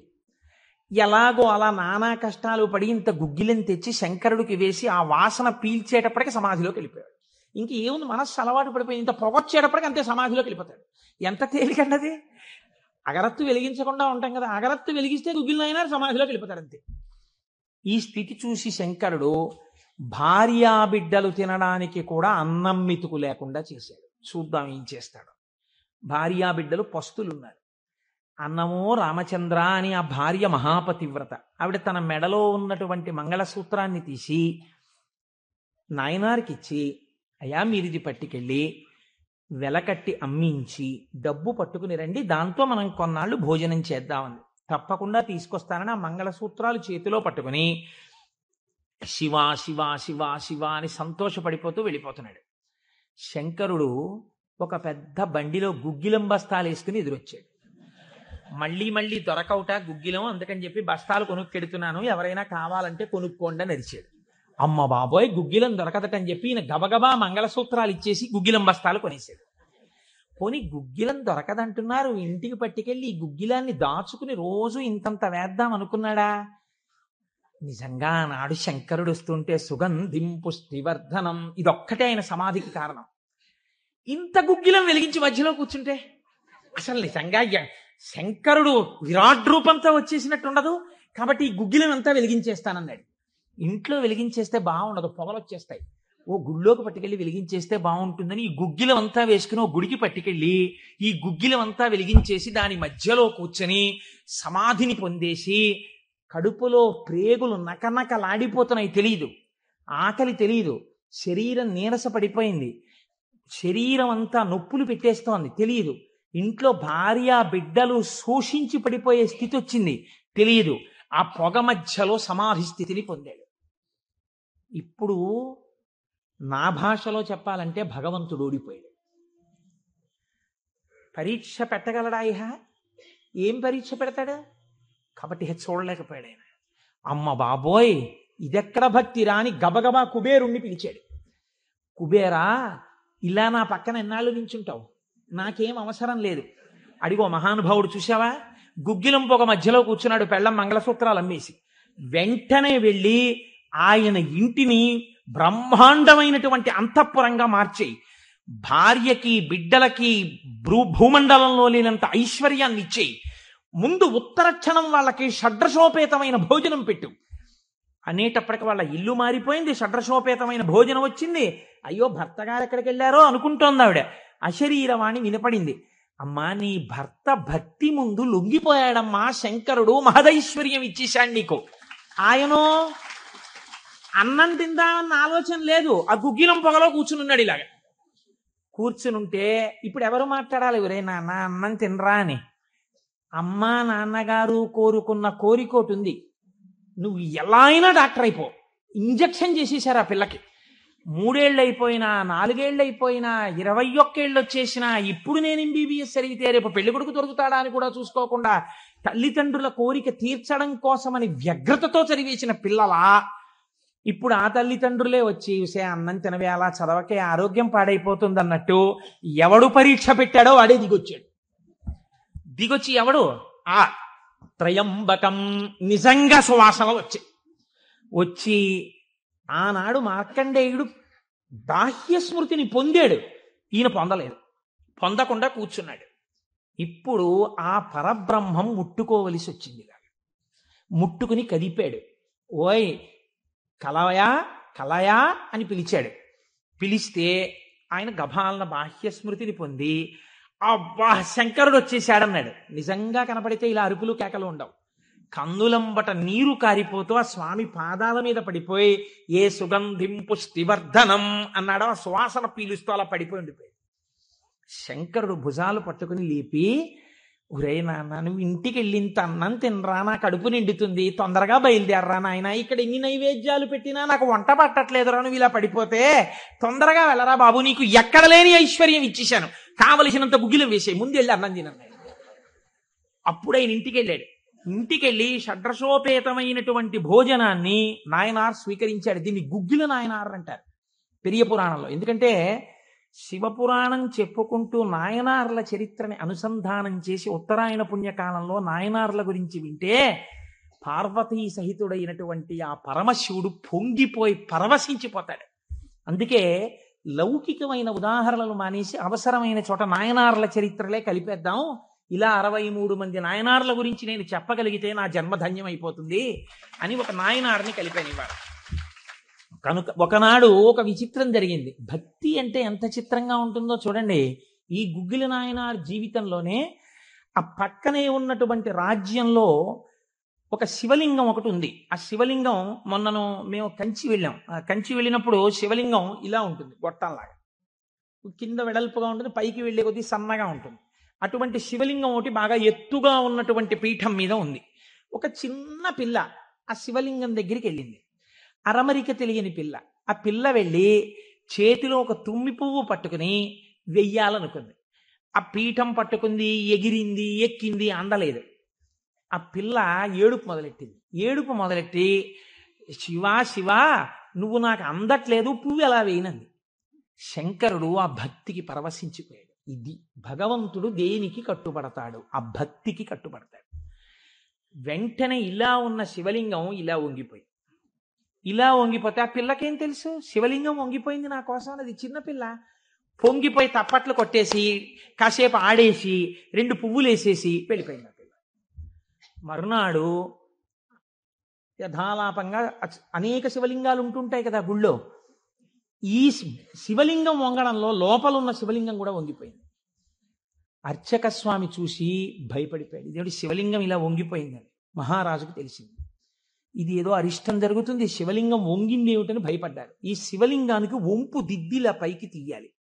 వాళ్ళకి ఉన్న తెలివితేటలు ఏమిటంటే ఈ వంగిపోయినటువంటి శివలింగానికి పెద్ద పెద్ద ఇనప గొలుసులేసి ఏనుగులకు కట్టి లాగించారు. ఇన్ని ఏనుగులు, ఇనపగులు, ఇవన్నీ నేను పుక్కిట పురాణాలు నా సొంతంగా చెప్తున్నాను అనుకుంటున్నారా? ఈ దేవాలయాలు ఉన్నాయి ఇప్పటికీ.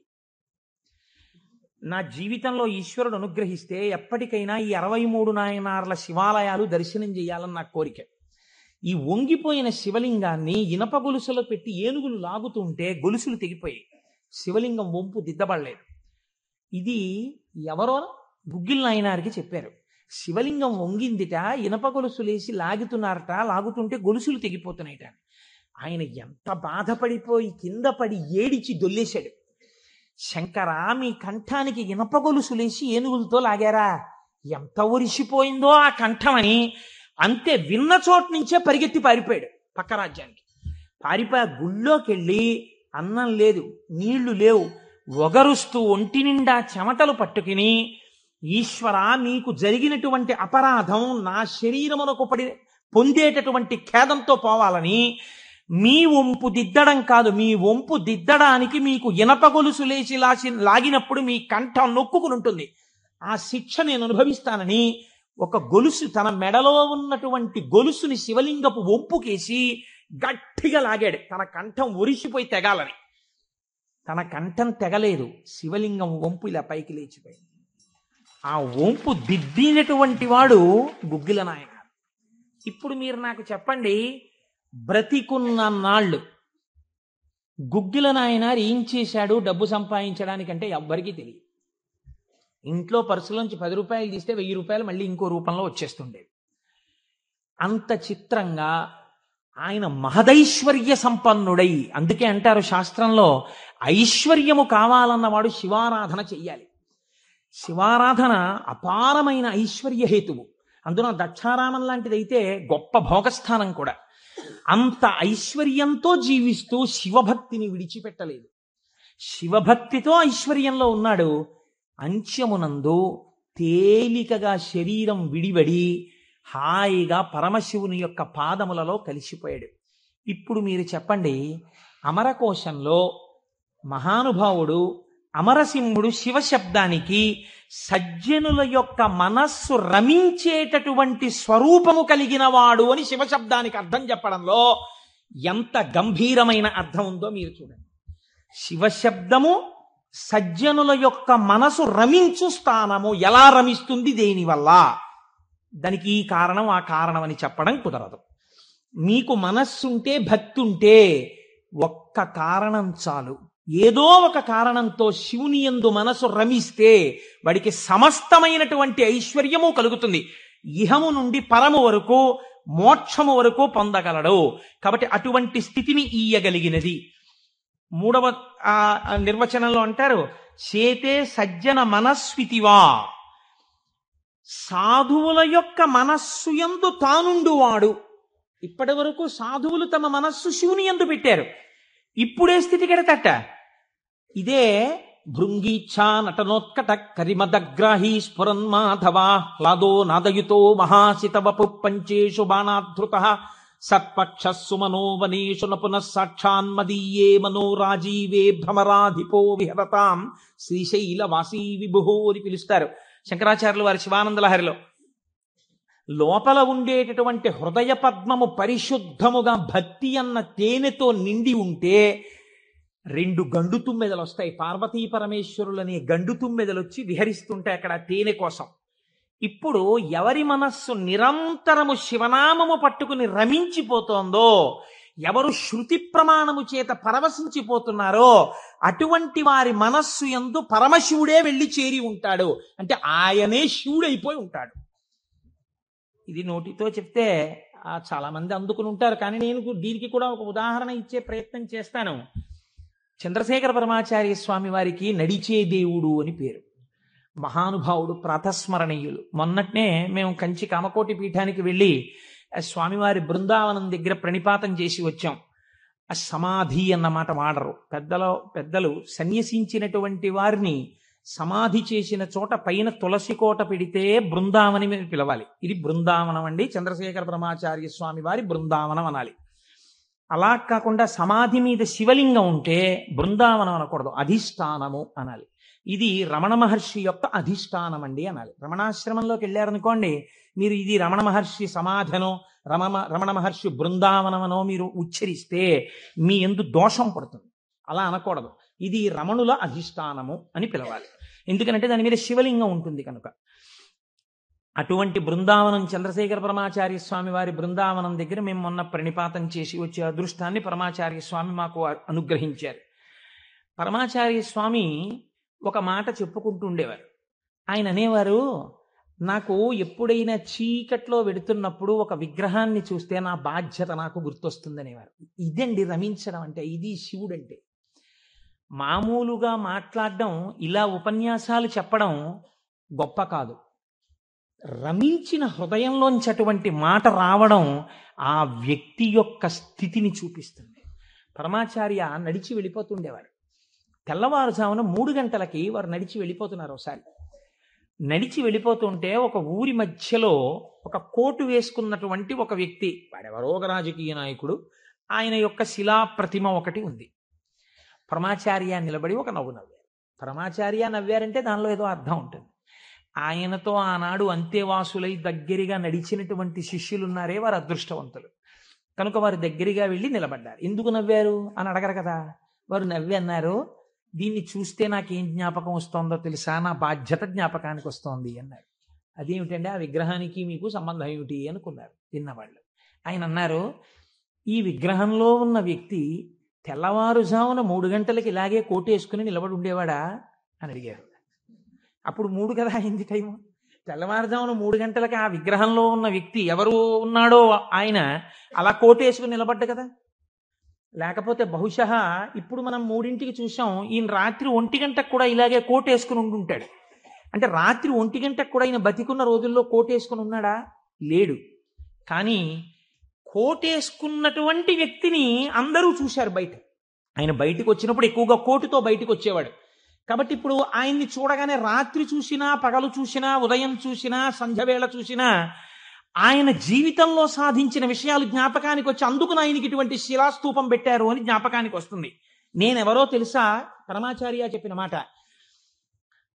నేను కూడా ఇలా దండం పట్టుకుని కమండలం పట్టుకుని నడిచి వెళ్ళిపోతుంటే భారతదేశమునకు 4 చెరగుల మళ్లీ అవైదికమైన మతములు ప్రవేశించకుండా 4 పీఠములు పెట్టి చంద్రమౌళీశ్వరారాధన ఏర్పాటు చేసినటువంటి మహాపురుషుడైన శంకరాచార్య స్వామి వారి ప్రతిబింబంగా ఆ శిల తన జీవితాన్ని జ్ఞాపకం చేస్తే, శంకరులని జ్ఞాపకం చేసి నడువడిని నేర్పడానికి ఈ రూపంతో మేం తిరుగుతున్నాం. మా నడువడి ఎంత జాగ్రత్తగా ఉండాలో చూడండి అని పరమాచార్య ఆ స్తూపాన్ని చూసి చెప్పుకున్నారు. ఎంత భక్తో చూడండి నిజంగా వారిది. వారు ఒకనాడు శ్రీశైలం వెళ్ళారు. వెళ్ళినప్పుడు హటకేశ్వరంలో శంకరాచార్య స్వామి వారు తపస్సు చేసినటువంటి ప్రదేశం ఉంది. వారు ఆ హటకేశ్వరం దగ్గరికి వెడుతూ ఆ తపస్సు చేసిన ప్రదేశం దగ్గరికి ఒక సంస్కృత పండితుడిని పిలిచి వారు సంస్కృతంలోనే మాట్లాడుతూ ఉండేవారు. ఆయన అన్నారు, చాలా కాలం మఠాన్ని నిర్వహించాను. 13 సంవత్సరాల ప్రాయంలో సన్యసించారు మహానుభావుడు. చాలా కాలం మఠాన్ని నిర్వహించాను. ఉత్తర పీఠాధిపతిని నిర్ణయించాను. జయేంద్ర సరస్వతి స్వామి వారిని ఉత్తర పీఠాధిపతిని చేశాను. ఆయనకి కావలసినటువంటి పరిణితి ఏర్పాటు చేశాను. నాతో పాటు ఎన్నో ప్రదేశాలకి తీసుకెళ్లాను. మఠ నిర్వహణ యందు ఆయనకి కావలసినటువంటి శక్తియుక్తులను గరపాను. ఇంకా ఎంతకాలం ఆ మఠ నిర్వహణ చేస్తూ ఉండను? శంకర భగవత్పాదాచార్య స్వామి ఏ హటకేశ్వరంలో తపస్సు చేశారో నేను ఇంకిక్కడ ఉండిపోయి ఈ హటకేశ్వరంలోనే తపస్సు చేస్తూ ఉండిపోతాను. చాలు, జయేంద్ర సరస్వతి చూస్తారు మిగిలినటువంటి మఠ వ్యవహారాలన్నీ అన్నారు.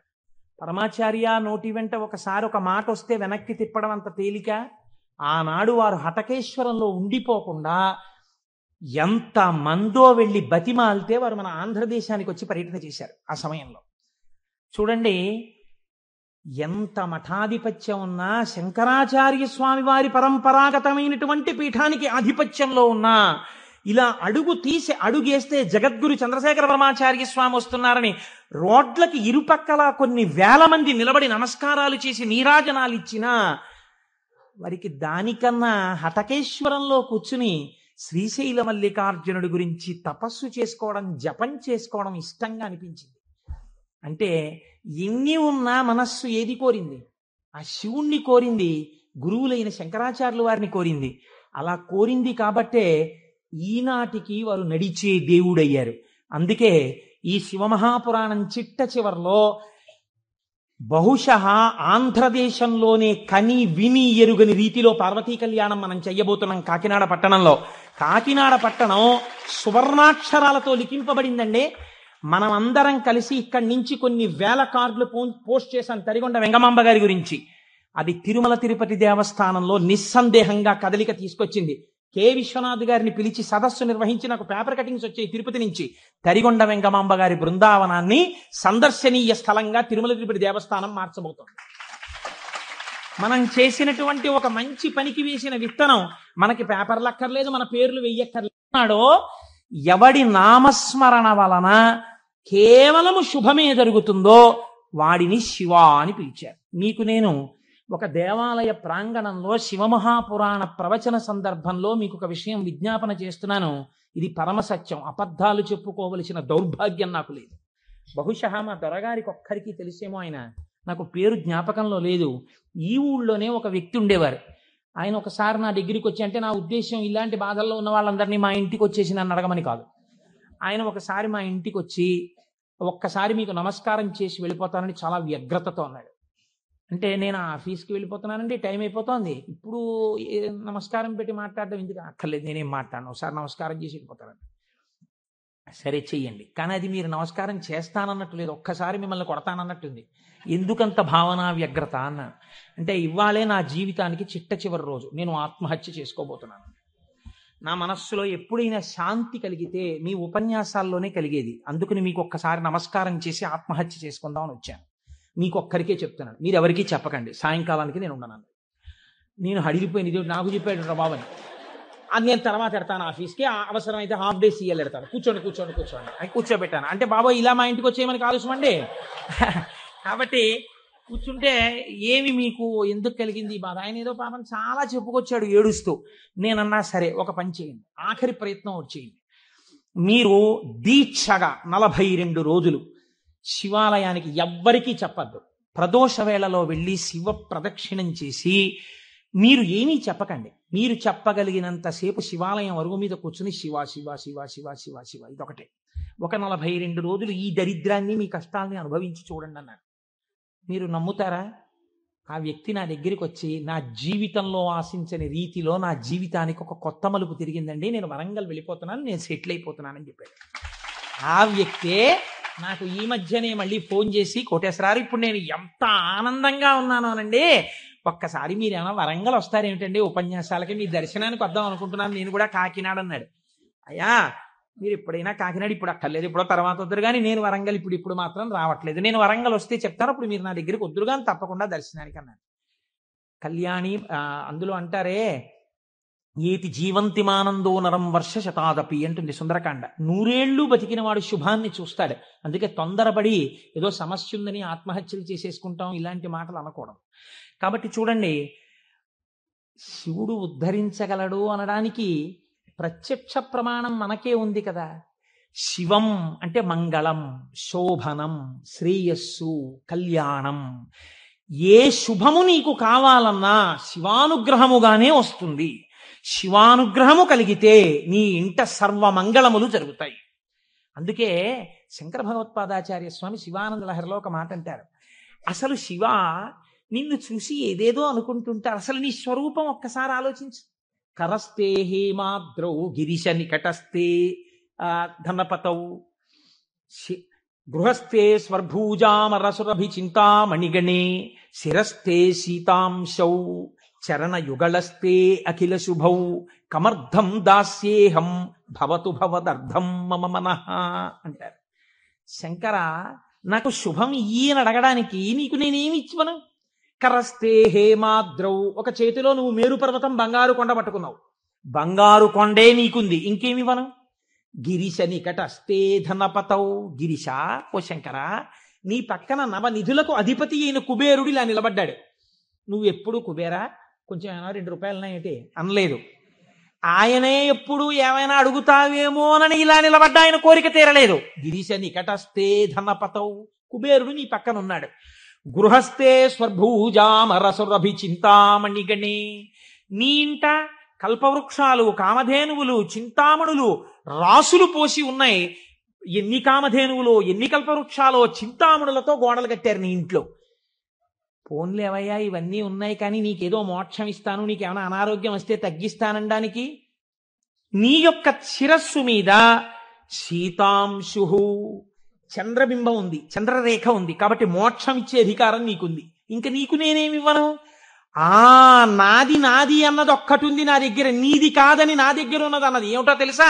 కమర్థం దాస్యేహం భవతు భవదర్థం మమ మనః. నాది అని అస్తమానం నన్ను బంధనంలో పడేసే ఈ మనస్సు నీకు ఇచ్చేస్తా, బుచ్చేసుకో. ఏదో రకంగా ఆయన పాదాల దగ్గర చేరడానికి శంకరాచార్యులు వారు మన కోసం చేసినటువంటి శ్లోకం కమర్థం దాస్యేహం భవతు భవదర్థం మమ మనః. మమ అన్న చోట నేను అన్న శబ్దం శంకరాచార్యుల వారి కోసం అండి, ఆయన అపరశంకరుడు. మన కోసం.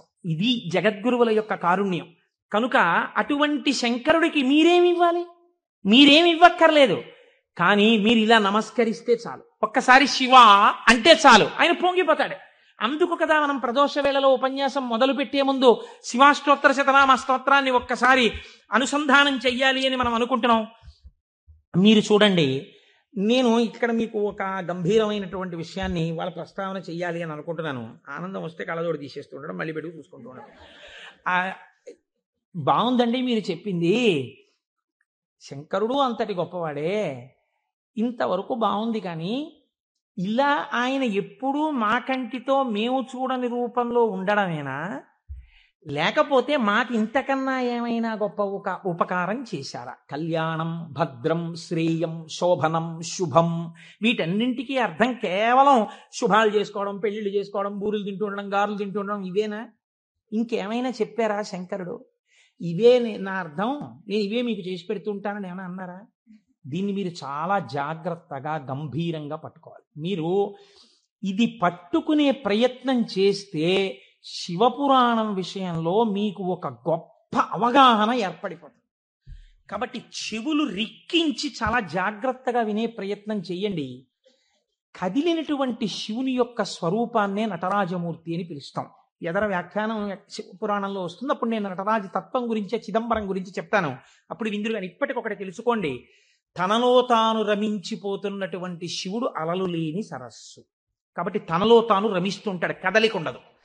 ఇప్పుడు అదే శివుడు సృష్టికర్త, స్థితికర్త, ప్రళయకర్తగా ఉన్నాడు అనుకోండి, కదులుతుంటాడు. ఈ కదిలినప్పుడు నటరాజు నాట్యం చేస్తుంటాడు. నటరాజు సృష్టి స్థితి ప్రళయకర్త అయి నటిస్తున్నప్పుడు పక్కన దగ్గరగా ఎవరైనా నిలబడతారా? నిలబడి అలా చూస్తూ సంతోషపడిపోయే వాళ్ళు ఎవరైనా ఉన్నారా నటరాజుని? శ్రీ మహావిష్ణువు అంతటి వారు అసుర సంధ్య వేళలో మధ్యలో వాయిస్తూ ఉంటారు, శంకరుడు నాట్యం చేస్తుంటే. కాబట్టి ఉట్టిన ఏమీ చేయకుండా స్పెక్టేటర్స్ పాస్ అని చెప్పి ఏమైనా ఇస్తారా? రేపాక సుబ్బారావు సూర్యకళా మందిరానికి ఇచ్చినట్టు ఇస్తే వెళ్ళి కూర్చున్న పాస్ పట్టుకుని మొదటి వరుసలో చాలా దగ్గరగా ఉట్టిన ఏ సహాయం చేయకుండా ఇలా చేతులు కట్టుకుని అబ్బా చాలా బాగా చేస్తున్నారండి అని ఇలా సంతోషంగా చూసేవాళ్ళు కూడా ఎవరైనా ఉంటారా సభలో? అంటే శాస్త్రం అంది ఇద్దరున్నారు, ఇద్దరే చూస్తారు. అలాగా మిగిలిన వాళ్ళందరూ నటరాజ తాండవమునందు సహాయం చేస్తుంటారు. ఆ ఇద్దరు ఎవరో తెలుసా? ఒకరు వ్యాఘ్రపాదుడు, ఒకరు పతంజలి. వీళ్ళిద్దరే చూస్తూ ఉంటారు. వ్యాఘ్రపాదుడి యొక్క శరీర అధోభాగం పులిగా ఉంటుంది, పతంజలి యొక్క శరీర అధోభాగం పావుగా ఉంటుంది. పతంజలి ఆదిశేషుని యొక్క అంశ. ఈ పతంజలి వ్యాకరణానికి మహాభాష్యం చేశారు. ఈ పతంజలి 1000 నాలుకలతో సమాధానం చెప్పేవారు. ఒకానొకసారి ఈ పతంజలి మహర్షి దగ్గరికి 1000 మంది శిష్యులు వచ్చి, అయ్యా మీ దగ్గర మేము వ్యాకరణం నేర్చుకోవాలనుకుంటున్నామని అడిగారు. పతంజలి మహర్షి అన్నారు, సరే మీకు 1000 మందికి నేను నేర్పుతాను ఏకకాలంలో.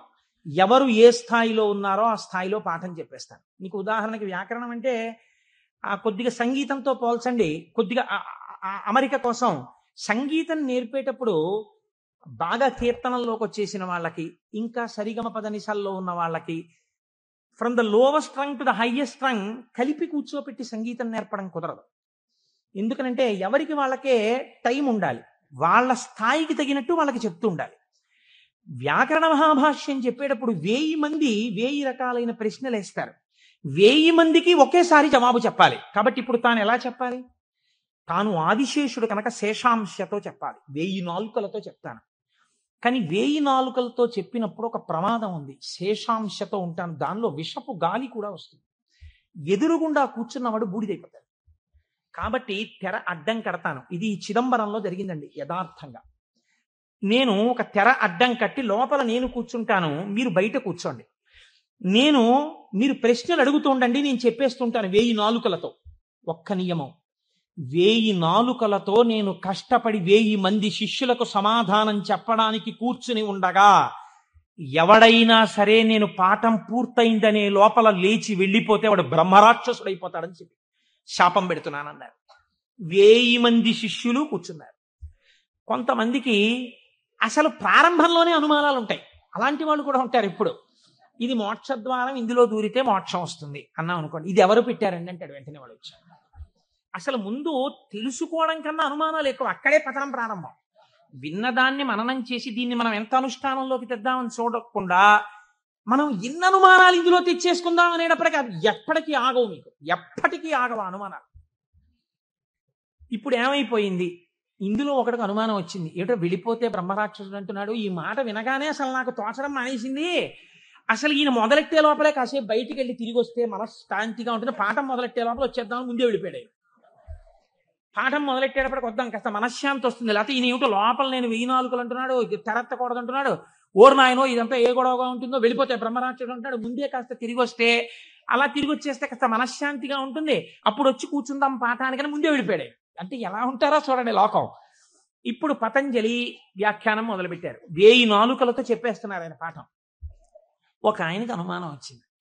ఏమిట్రా 1000 మంది అడుగుతున్నాం, 1000 మందికి చెప్పేస్తున్నాడు సమాధానాలు, ఎలా చెప్తున్నాడు రా ఈయన? తెరడ్డం కట్టాడు, నేను చెప్తాను లేండి అన్నాడు. నిజంగా అసలు ఎలా చెప్పగలుగుతున్నాడో ఒక్కసారి చూద్దామని. చూడండి, సేవ చేస్తున్నారు పరమాత్మకి అని తెరడ్డం పెడితే ముందు వరుసలో కూర్చున్నవాడు తెరెత్తి చూస్తుంటాడు. ఎంత తప్పది అంటే అది కూడా భక్తి.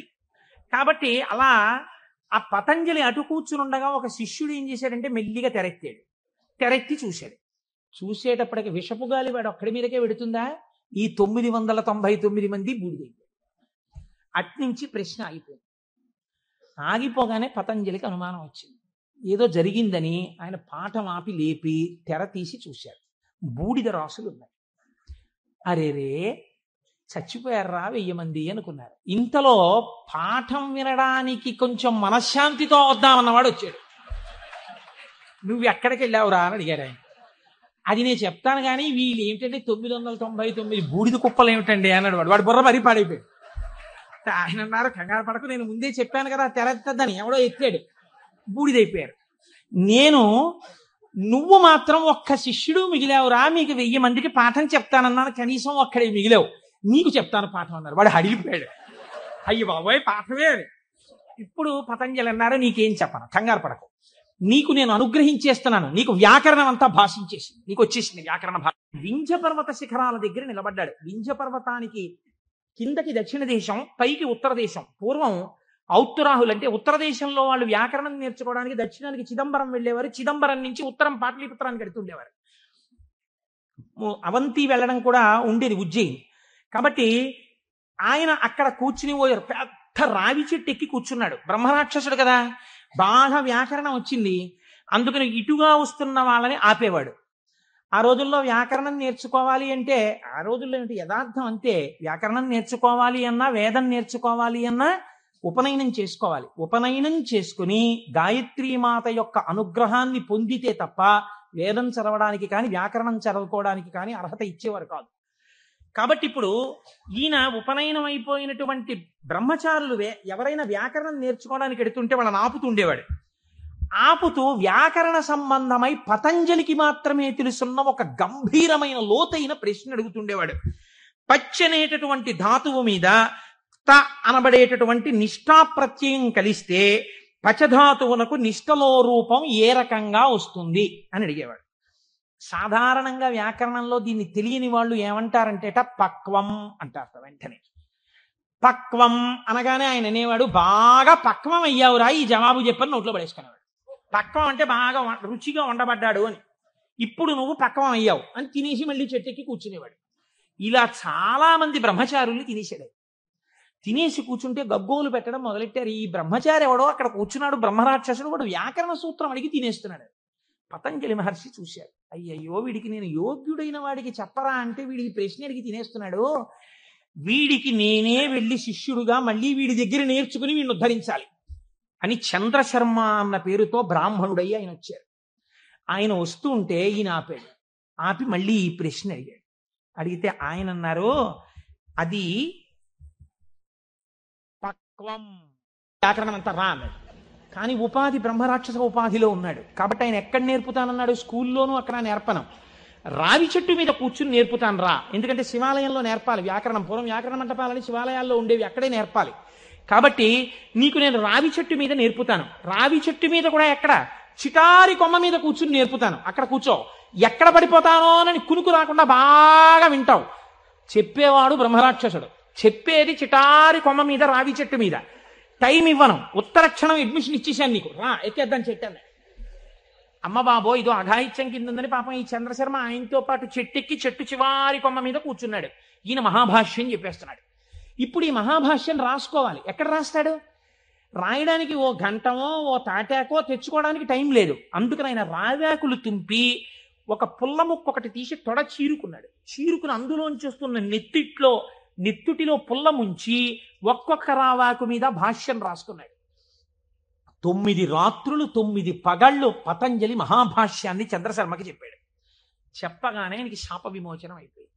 శాప విమోచనం అయిపోయిన తర్వాత ఇప్పుడు నాకు బ్రహ్మరాక్షసుడిగా ఇంతకాలం బతిగాక పూర్ణ వైరాగ్యం వచ్చేసింది.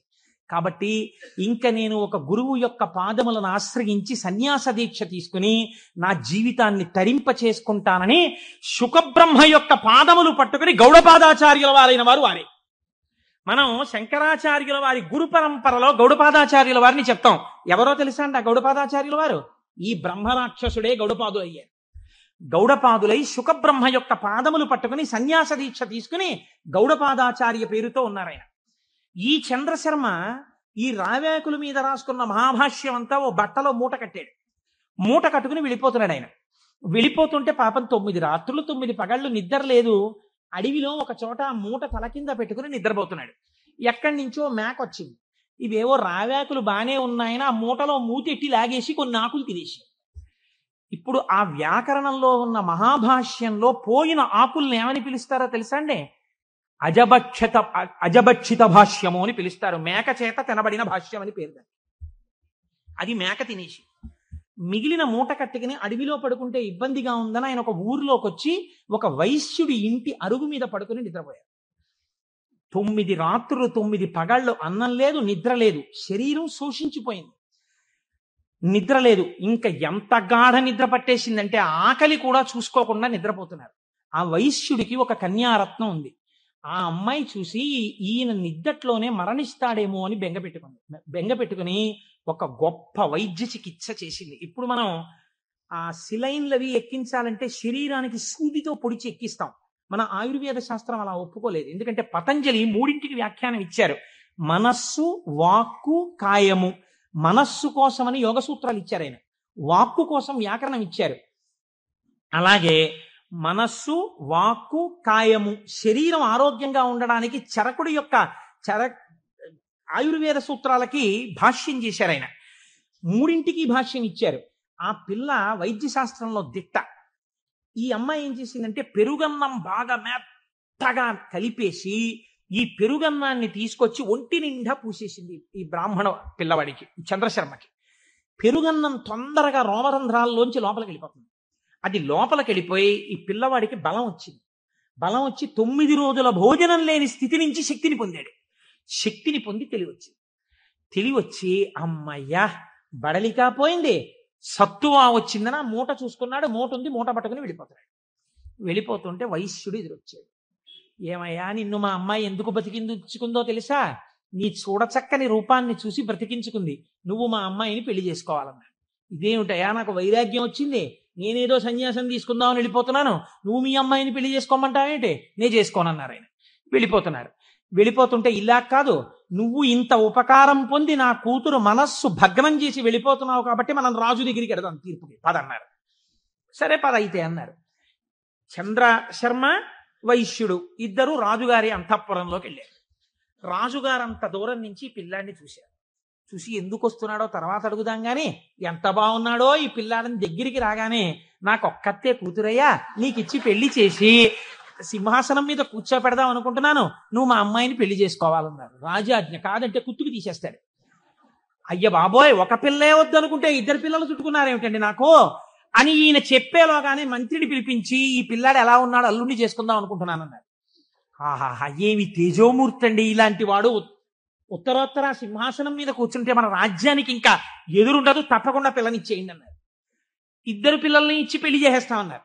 అసలు నా గోడు వినేవాడు లేడు మహాప్రభో, నేను వైరాగ్యం ఉందిరా నాకు పిల్లలొద్దు పెళ్ళొద్దంటే ఇద్దరు తయారయ్యారు ఏమిటి, నాకు పైగా రాజభోగం కూడా వచ్చి వద్దు వద్దన్న వాడికి ఐశ్వర్యం, వద్దు వద్దన్న వాడికి నమస్కారాలు, పెట్టండి అన్నవాడికి పెట్టేవాడు కూడా అని ఆయన బాధపడుతుంటే మంత్రి గారు ప్రాజ్ఞుడు ఆయన అన్నాడు, ఏమండి బ్రాహ్మణుడు బ్రాహ్మణేతరులను వివాహం చేసుకోవాలంటే ముందు బ్రాహ్మణ కన్యను చేసుకోవాలి, కాబట్టి ఉత్తమ కుల సంజాత అయిన ఒక బ్రాహ్మణ పిల్లని తెచ్చి ముందు పెళ్లి చేసి తర్వాత వీళ్ళిద్దరిని చేసేద్దాం అన్నారు.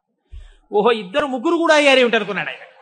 ముందు ఆయన గోడు వినేవాళ్ళు లేడు, బ్రాహ్మణ కాంతని తెచ్చారు, వైశ్యకాంతని తెచ్చారు, క్షత్రియ కాంతని తెచ్చారు, తాళి కట్టేవారు. ఆయన అన్నాడు, మీరు ఎలాగో ఇప్పుడు పెళ్ళొద్దంటే వినరు, ఆయన విండు, ఈయన విండు, ఒక్క ఉపకారం చేయండి, మీకు నా తేజస్సు చూసి పొంగిపోతున్నారు కదా, మీ ముగ్గురి కుమార్తెల యందు నేను సంతానమును పొందుతాను, ముగ్గురికి కొడుకులు పుట్టగానే నేను సన్యాసానికి వెళ్ళిపోవడానికి నాకు అనుమతి ఇవ్వాలన్నాడు. తప్పకుండా అలాగే ఇస్తా ఉన్నారు. ముగ్గురిని పెళ్లి చేసుకున్నాడు. ముగ్గురి యందు కుమారుల్ని కన్న తర్వాత సన్యాసం పుచ్చుకుందామని వెళ్ళిపోయాడు ఈ చంద్రశర్మ. వెళ్ళిపోయినటువంటి వాడు వెళ్ళి ఎవరు ఇతపూర్వం బ్రహ్మరాక్షసుడి రూపంలో ఉండి తనకి మహాభాష్యమంతా చెప్పి సన్యాసం తీసుకుని శుకబ్రహ్మకి శిష్యుడిగా ఇవాళ గౌడపాదాచార్య స్వామి వారిగా ఉన్నారో ఆయన దగ్గరకే వెళ్ళి, అయ్యా నాకు సన్యాసం ఇవ్వండి అని అడిగాడు. నీకు గోవిందపాదాచార్య నామంతో సన్యాసం ఇస్తున్నానని సన్యాసం ఇచ్చి సన్యాసనామం గోవిందపాదాచార్య. ఆయనకి సన్యాసం ఇచ్చి ఒక మాట చెప్పారు, నువ్వు నర్మదా నదీ తీరంలో ఈ రావి చెట్టు దగ్గర ఈ గుహలోనే కూర్చో, రాబోయే కాలంలో భారతదేశంలో 72 అవైదికమైన మతములు ప్రవేశిస్తాయి. 72 అవైదికమైన మతములను తన వాగ్ఝరితో కొట్టిపారయ్యగలిగినటువంటి ఒక మహాపురుషుడిగా పరమశివుడే శంకరాచార్య స్వామిగా ఆవిర్భవించబోతున్నాడు. ఆ శంకరాచార్యుల వారికి సన్యాసనామాన్ని ఇచ్చి తత్వోపదేశం చెయ్యడానికి నువ్వు గురువుగా ఉండు అని కూర్చోబెట్టారు. ఆ చంద్రశర్మే గోవిందపాదాచార్య స్వామి. ఆ గోవిందపాదాచార్య స్వామి శిష్యులే మన శంకర భగవత్పాదాచార్య స్వామి. ఇది గౌడపాద, గోవిందపాదాచార్య, శంకరాచార్య గురు పరంపర. శివమహాపురాణ ప్రారంభం చేస్తూ ఇలాంటి పరంపరని ఒక్కసారి ఉత్తరాయణంలో అసుర సంధ్య వేళలో వింటే చాలు ఎంత పొంగిపోతాడో శంకరుడు. కనుక ఇప్పుడు ఆయన కాలడిలో జన్మించాడు మహానుభావుడు. ఆ శంకరాచార్య స్వామి వారి జన్మ రహస్యాన్ని గురించి ఎప్పుడైనా మనం త్రిపుర సుందరి అమ్మవారి ఊళ్ళో మళ్ళీ శంకరాచార్య స్వామి వారికి వైశాఖ శుక్ల పంచమి నాడు చేస్తాం కదా ఉత్సవం, అప్పుడు చెప్తాను దాని గురించినటువంటి విశేషాలు. ఇప్పుడు చెప్తే కుదరదు మహాప్రభో. ఆయన భారతదేశపు నలుచెరగుల పాదచారి అయి 3 మాటలు తిరిగారు. 72 అవైదికమైనటువంటి మతములను శృతి ప్రమాణమైన తన వాగ్ఝరితో కొట్టిపారేశారు, చిమ్మేశారు. ఆయన తర్వాత మళ్ళీ రాలేదు ఇంకా 72 మతాలు. అంత గొప్పవారు శంకరాచార్యుల వారంటే. అందుకే చంద్రశేఖర పరమాచార్య స్వామి వారికి శంకరులు గురువు కాదు, ప్రాణం. అందుకే అపర శంకరాచార్యులు వారు అయ్యారు చంద్రశేఖర పరమాచార్య స్వామి. అటువంటి మహాపురుషుడై దిగ్విజయయాత్ర చేసి శృతి ప్రమాణమైన అద్వైత సిద్ధాంతాన్ని ఆవిష్కరించి మనందరినీ ఉద్ధరించినటువంటి వారిగా శంకరులు వచ్చారు. మీరు చూడండి, ఇప్పుడు మనం శివనామము మళ్ళీ మొదటికి వెళ్ళండి. ఎక్కడికి వెళ్ళాలి? అమరకోశంలో శివనామమునకు చెప్పినటువంటి వ్యాఖ్యానములో శివుణ్ణి ఏ రకంగానైనా పట్టుకుంటే మిమ్మల్ని ఉద్ధరించగలడు దగ్గర నుంచి శ్రేయం, మంగళం, కళ్యాణం, భద్రం, శ్రేయస్సు, శోభనం, ఇవి కేవల మంగళములేనా ఇంకేమన్నా ఉన్నాయా దగ్గరికి వెళ్ళండి. అందుకు తీసుకొచ్చాను దీన్ని. ఇప్పుడు ఇక్కడి నుంచి అక్కడికి వెళ్ళండి. మళ్ళీ ఒక్కసారి వెడితే మీకు ఈ శివనామమును ఎక్కడ దాచారు? శివనామము పంచాక్షరిగా కదండి ఉంది. నమశివాయ అని పంచాక్షరి. నమశివాయ అన్న మాట చెప్పడానికి వేదం ఎంత కట్టడి చేసి చెప్పింది, ఎంత జాగ్రత్తగా చెప్పింది పంచాక్షరి మంత్రాన్ని. మీరు జాగ్రత్తగా చూడండి, ఇది జాగ్రత్తగా గమనించండి. మీరు అయ్యప్ప స్వామి దర్శనానికి వచ్చారనుకోండి, అలా గేటు దగ్గర నిలబడి అయ్యప్ప స్వామి దర్శనం చేసుకుంటానంటే మీకు కనపడరు. మీరు అక్కడ చెప్పులు విప్పాలి, లోపలికి రావాలి, ఇక్కడ ఉన్నటువంటి పరివార దేవతలందరినీ దర్శనం చెయ్యాలి, మెట్లు ఎక్కాలి, గణపతికి సుబ్రహ్మణ్యుడికి ప్రదక్షిణం చెయ్యాలి, ధ్వజస్తంభం పక్క నుంచి లోపలికి వెళ్ళాలి, స్వామికి ఒక పక్కకి వెళ్ళి నిలబడి ఆయన వంక చూస్తే అప్పుడు మీరు సంతోషంగా స్వామి దర్శనం చేస్తారు. అలాగే ఈ పంచాక్షరిని వేదం ఎక్కడ దాచిందో చూడండి. మనకి వేదములు 4 అయినా సాధారణంగా మనం ఏమంటామంటే 3గా వ్యవహరిస్తాం సంప్రదాయంలో. అందుకే శంకరాచార్యులు వారు కూడా శివానంద లహరిలో త్రైవేద్యం హృద్యం త్రిపురహరమాద్యం త్రినయనం అన్నారు. త్రైవేద్యం అనడానికి ఒక కారణం ఉంది. ఋగ్వేదం, యజుర్వేదం, సామవేదం ఈ 3 వేదాలు నేర్చుకోవడానికి ఒక్కసారి ఉపనయనం చేసుకుంటే చాలు. ఒకసారి ఉపనయనం చేసుకుంటే 3 వేదాలలో ఉండేటటువంటి సారాంశమునకు కూడా ఒక సావిత్రి ఉపదేశం, ఒక గాయత్రి ఉపదేశంతో 3 వేదాలు చదవచ్చు. అథర్వ వేదం చదువుతాను అన్నారు అనుకోండి ఎవరైనా, ఈ 3 వేదాలు చదవడానికి కావలసినటువంటి ఉపనయనం సరిపోదు. అథర్వ వేదం కూడా చదవాలంటే మళ్ళీ ఉపనయనం చేసుకోవాలి. మళ్ళీ ఉపనయనం చేసుకుని మళ్ళీ ఇంకొక బ్రహ్మోపదేశం పొందాలి. పొంది అథర్వ వేదం చదవాలి. అందుకని త్రైవేద్యం అంటారు సాధారణంగా. ఈ 3 వేదములు ఋగ్వేదం, యజుర్వేదం, సామవేదం, మీరు 3 అలా పెట్టారనుకోండి, ఒక దేవాలయ ప్రాంగణం ఉన్నట్టుగా 3 వేదాలు అలా పెడితే ఈ 3 వేదాలకి మధ్యలో ఏ వేదం ఉంది? ఇది ముందరి ద్వారం, ఇది వెనక ద్వారం, ఇది ఋగ్వేదం, ఇది సామవేదం, ఈ మధ్యలో ఉన్నది యజుర్వేదం. ఇప్పుడు ఈ యజుర్వేదానికి 7 కాండలు ఉన్నాయి. 7 కాండలు 1 2 3 4 5 6 7. ఇప్పుడు ఇందులో మళ్ళీ మధ్య ప్రాకారం ఏది? 4వ కాండ కదండి. ముందు 3 వెనక 3, మధ్యలోది 4. ఇప్పుడు ఈ 4వ కాండలో ఏముంది? యజుర్వేదంలో రుద్రాధ్యాయం ఉంది. మళ్ళీ రుద్రాధ్యాయంలో అష్టమానువాకం మీరు తీసుకోండి, మధ్యలోకి అష్టమానువాకం వస్తుంది. అష్టమానువాకం మీరు తీసి ఇప్పుడు చదవండి అష్టమానువాకాన్ని. నమః సోమాయ చ రుద్రాయ చ నమస్తామ్రాయ చ అరుణాయ చ నమః సింగాయ చ పశుపతయే చ నమ ఉగ్రాయ చ భీమాయ చ నమో అగ్రే వధాయ చ దూరే వధాయ చ నమో హంత్రే చ హనీయసే చ నమో వృక్షేభ్యో హరికేశేభ్యో నమస్తారాయ నమః శంభవే చ మయోభవే చ నమః శంకరాయ చ మయస్కరాయ చ నమః శివాయ చ శివతరాయ చ. అష్టమానువాకం చిట్ట చివర్లో నమః శివాయ చ అక్కడ పెట్టారు. ఈ నమః శివాయ చాకి ముందు ఏం పెట్టారు? మయస్కరాయ చ. మయస్కరాయ చ అంటే గురువు. గురూపదేశంతో పంచాక్షరిని పొందాలి. మయస్కరాయ చ ఈ గురువుల పరంపరలో మొట్టమొదటి లోకంలో శివనామాన్ని ప్రచారం చేసి అద్వైత సిద్ధి వైపుకు నడిపించిన వాళ్ళు ఎవరు? నమః శంకరాయ చ శంకర భగవత్పాదులు. ఆ శంకర భగవత్పాదులు ఎవరు? శంకరుడే. ఎలా చెప్పగలరు? రుద్రాధ్యాయంలోనే అభిషేక మంత్రాల్లోనే ఒక చోటు ఉంది, నమ కపర్దినేచ వ్యుక్తకేశాయ చ అని.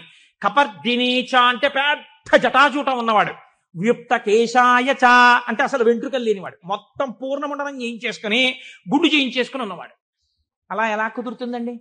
పక్కనే ఉన్న నామంలో పెద్ద జటాజూటమా, ఆ పక్కనే ఉన్న నామంలో ఒక్క వెంట్రుక కూడా లేనటువంటి గుండుతో ఉన్నవాడా?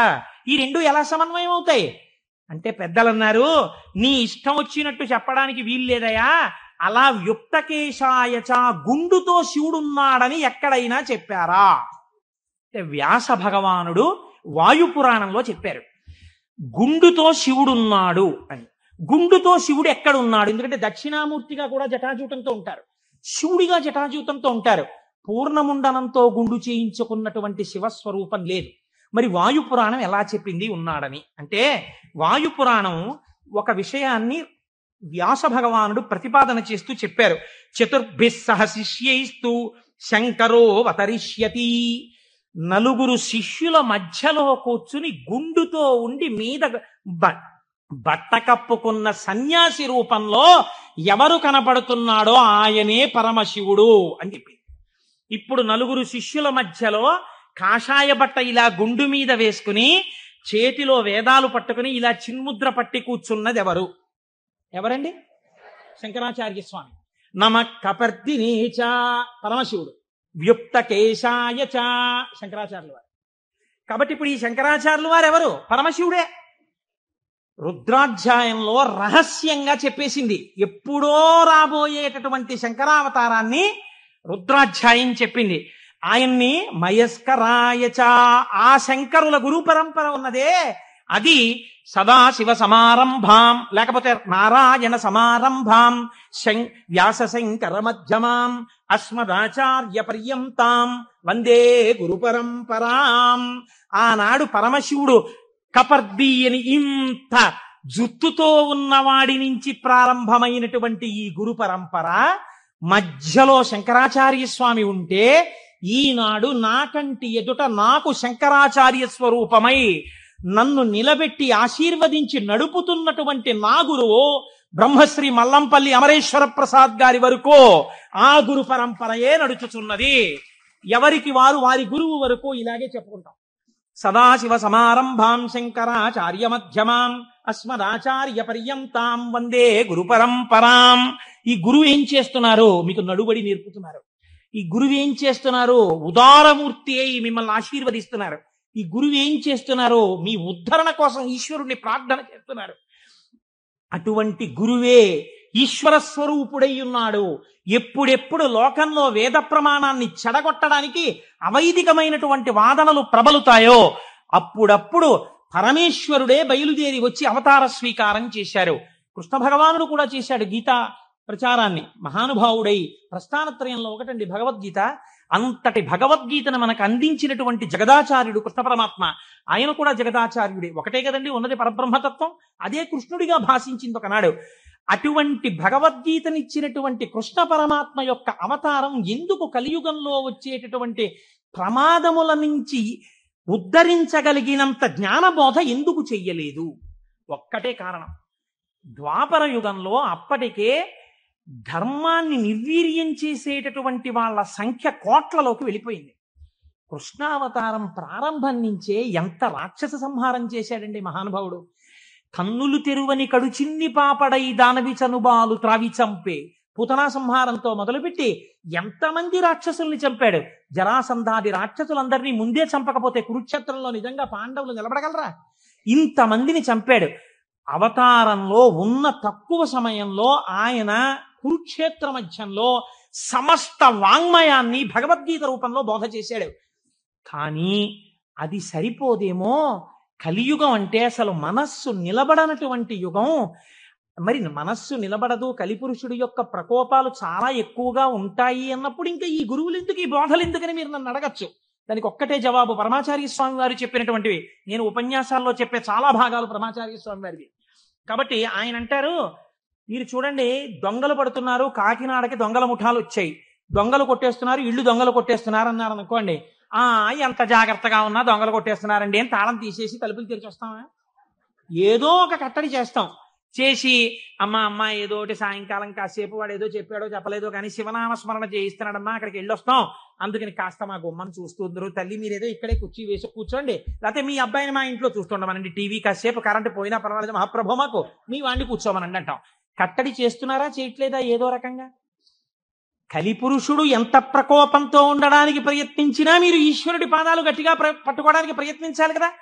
దానికి ప్రస్థానత్రయ భాష్యంతో మొదలుపెట్టి ఈశ్వరుణ్ణి స్తోత్రం చెయ్యడం వరకు, ఆకాశం నుంచి పాతాళం వరకు సమస్త వాంగ్మయాన్ని జ్ఞానబోధ తప్ప ఇంకొక ప్రయత్నం కాని పని కాని పెట్టుకోకుండా 32 జీవితంలో షణ్మత స్థాపనాచార్యులై శృతి ప్రమాణాన్ని నిలబెట్టి అందరి దేవతల మీద స్తోత్రాలు చెప్పి శివానందలహరి, సౌందర్యలహరి, బ్రహ్మసూత్ర భాష్యం ఇన్ని చేశారండి మహానుభావుడు శంకరాచార్యులు వారు.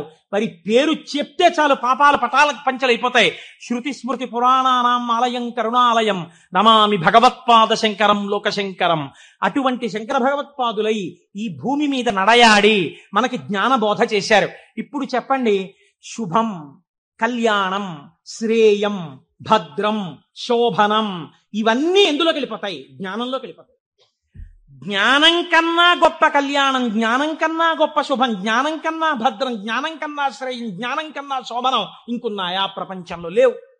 అటువంటి జ్ఞానమును మీకు అందించడానికి పరమేశ్వరుడే శంకరుడిగా ఈ భూమండలము మీద నడయాడినాడు కాదు. ఇప్పుడు కూడా శంకరుడు కరచరణాదులతో తిరుగుతున్నాడు. నాకు అలాగే తిరుగుతున్నాడు. నా కంటికి నేను ఆరాధించేటటువంటి పరమేశ్వరుడే కరచరణాదులతో తిరుగుతున్నాడు. నేను పట్టుకోవడానికి తన పాదములను అనుగ్రహిస్తున్నాడు. తన చేతిని నా మూర్ధన్య స్థానమునందుంచి ఆశీర్వచనం చేస్తున్నాడు. నాకు అనుమానం వస్తే రాత్రనక పగలనక నేను వెళ్ళి పరిగెత్తికెళ్ళి కూర్చుని, గురువుగారు దీనికి ఎలా చెప్పాలండి అంటే, నాన్న నీకు ఫోన్ చేసి చెప్తాను, ఇప్పుడు టైం లేదని ఫోన్ చేసి నాన్న నువ్వు అడిగిన శ్లోకానికి ఇది వ్యాఖ్యానం, అని ఫోన్ చేసి చెప్పగలిగినటువంటి ఉదారుడై ఆ పరమశివుడు ఆ శంకరుడు నాకు మల్లంపల్లి అమరేశ్వర ప్రసాద్గా నడయాడుతున్నారు, మీకు మీ గురువుగా నడయాడుతున్నారు. తిరుగుతున్నారా తిరగట్లేదా? పరంపరగా నడయాడుచున్నారు. ఇది శివం, ఇది మంగళం, ఇది భద్రం, ఇది శ్రేయం, ఇది శోభనం. కాబట్టి మనం ఎవరికి నమస్కరిస్తాం? గురుర్ బ్రహ్మ, గురుర్ విష్ణు, గురుర్దేవో మహేశ్వర, గురు సాక్షాత్ పరబ్రహ్మ, తస్మై శ్రీ గురవే నమః. అటువంటి గురువు ఇప్పటికీ మీకు శుభములిచ్చేవాడై, శోభనములనిచ్చేవాడై, మంగళప్రదుడై ఉన్నాడు.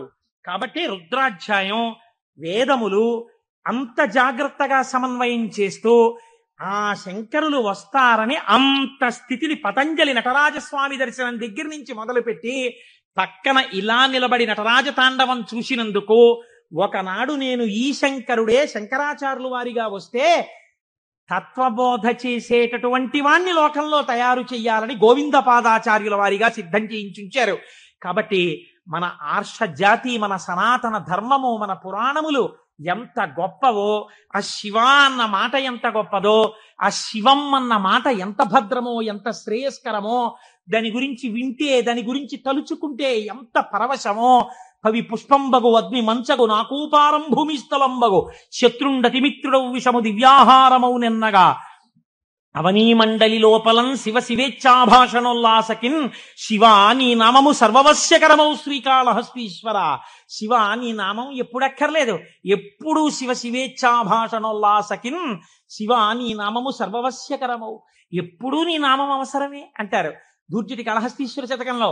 అటువంటి శివనామం గురించి, ఆ శివనామము గురువై ఎలా నడుస్తున్నారో గురించి, ఆ శివనామము ఎటువంటి మంగళప్రదుడో గురించి, ఎంతగా భక్తులను ఆదుకునే స్వరూపమున్నవాడో గురించి ఇవాళ మొట్టమొదటి రోజున ఆవిష్కరించే ప్రయత్నం చేశాం. రేపటి రోజు నుంచి ఇలాగే మనం చక్కగా ప్రదోష వేళలో కలుసుకుని 6:30 అయ్యేటప్పటికి శివనామం చెప్పడం ప్రారంభం చేస్తే కాకినాడ పట్టణం ఆధ్యాత్మికతలో మరింత పైకెక్కుతుంది. నాదొక్కటే కోరిక. ఆనాడు మనం తరిగొండ వెంగమాంబ గారి గురించి ఉత్తరాలు రాశాం. నేను ఏడాది నుంచి చూస్తున్నాను వెంకటాచలంలో స్వామి పుష్కరిణి దగ్గర శంకరాచార్య స్వామి వారు 4 శిష్యులతో కలిసి ఉన్నారు. ఇవాళ ఎంత దౌర్భాగ్య స్థితితో తెలుసా అండి? ఎంతమంది ఆఫీసర్లు ఉన్నారో టీటీడీలో, ఎంతమంది బోర్డు మెంబర్స్ ఉన్నారో, ఎంతమంది ఆయన పేరు చెప్పుకుని బతుకుతున్నారో, ఎంతమంది దేవస్థానం డబ్బు తిని జీవితాలు గడుపుకుంటున్నారో. శంకరాచార్య స్వామి వారి పాదుకలకి ఉన్నటువంటి ఒక బొడిపె ఊడిపోయి ఏడాదైంది. ఆ బొడిపె కనీసం సరిదిద్దుతామన్న ఇంగితం ఇప్పటికి లేదు తిరుమల తిరుపతి దేవస్థానానికి. నాకు భయం లేదు, నేను సత్యం చెప్తున్నాను.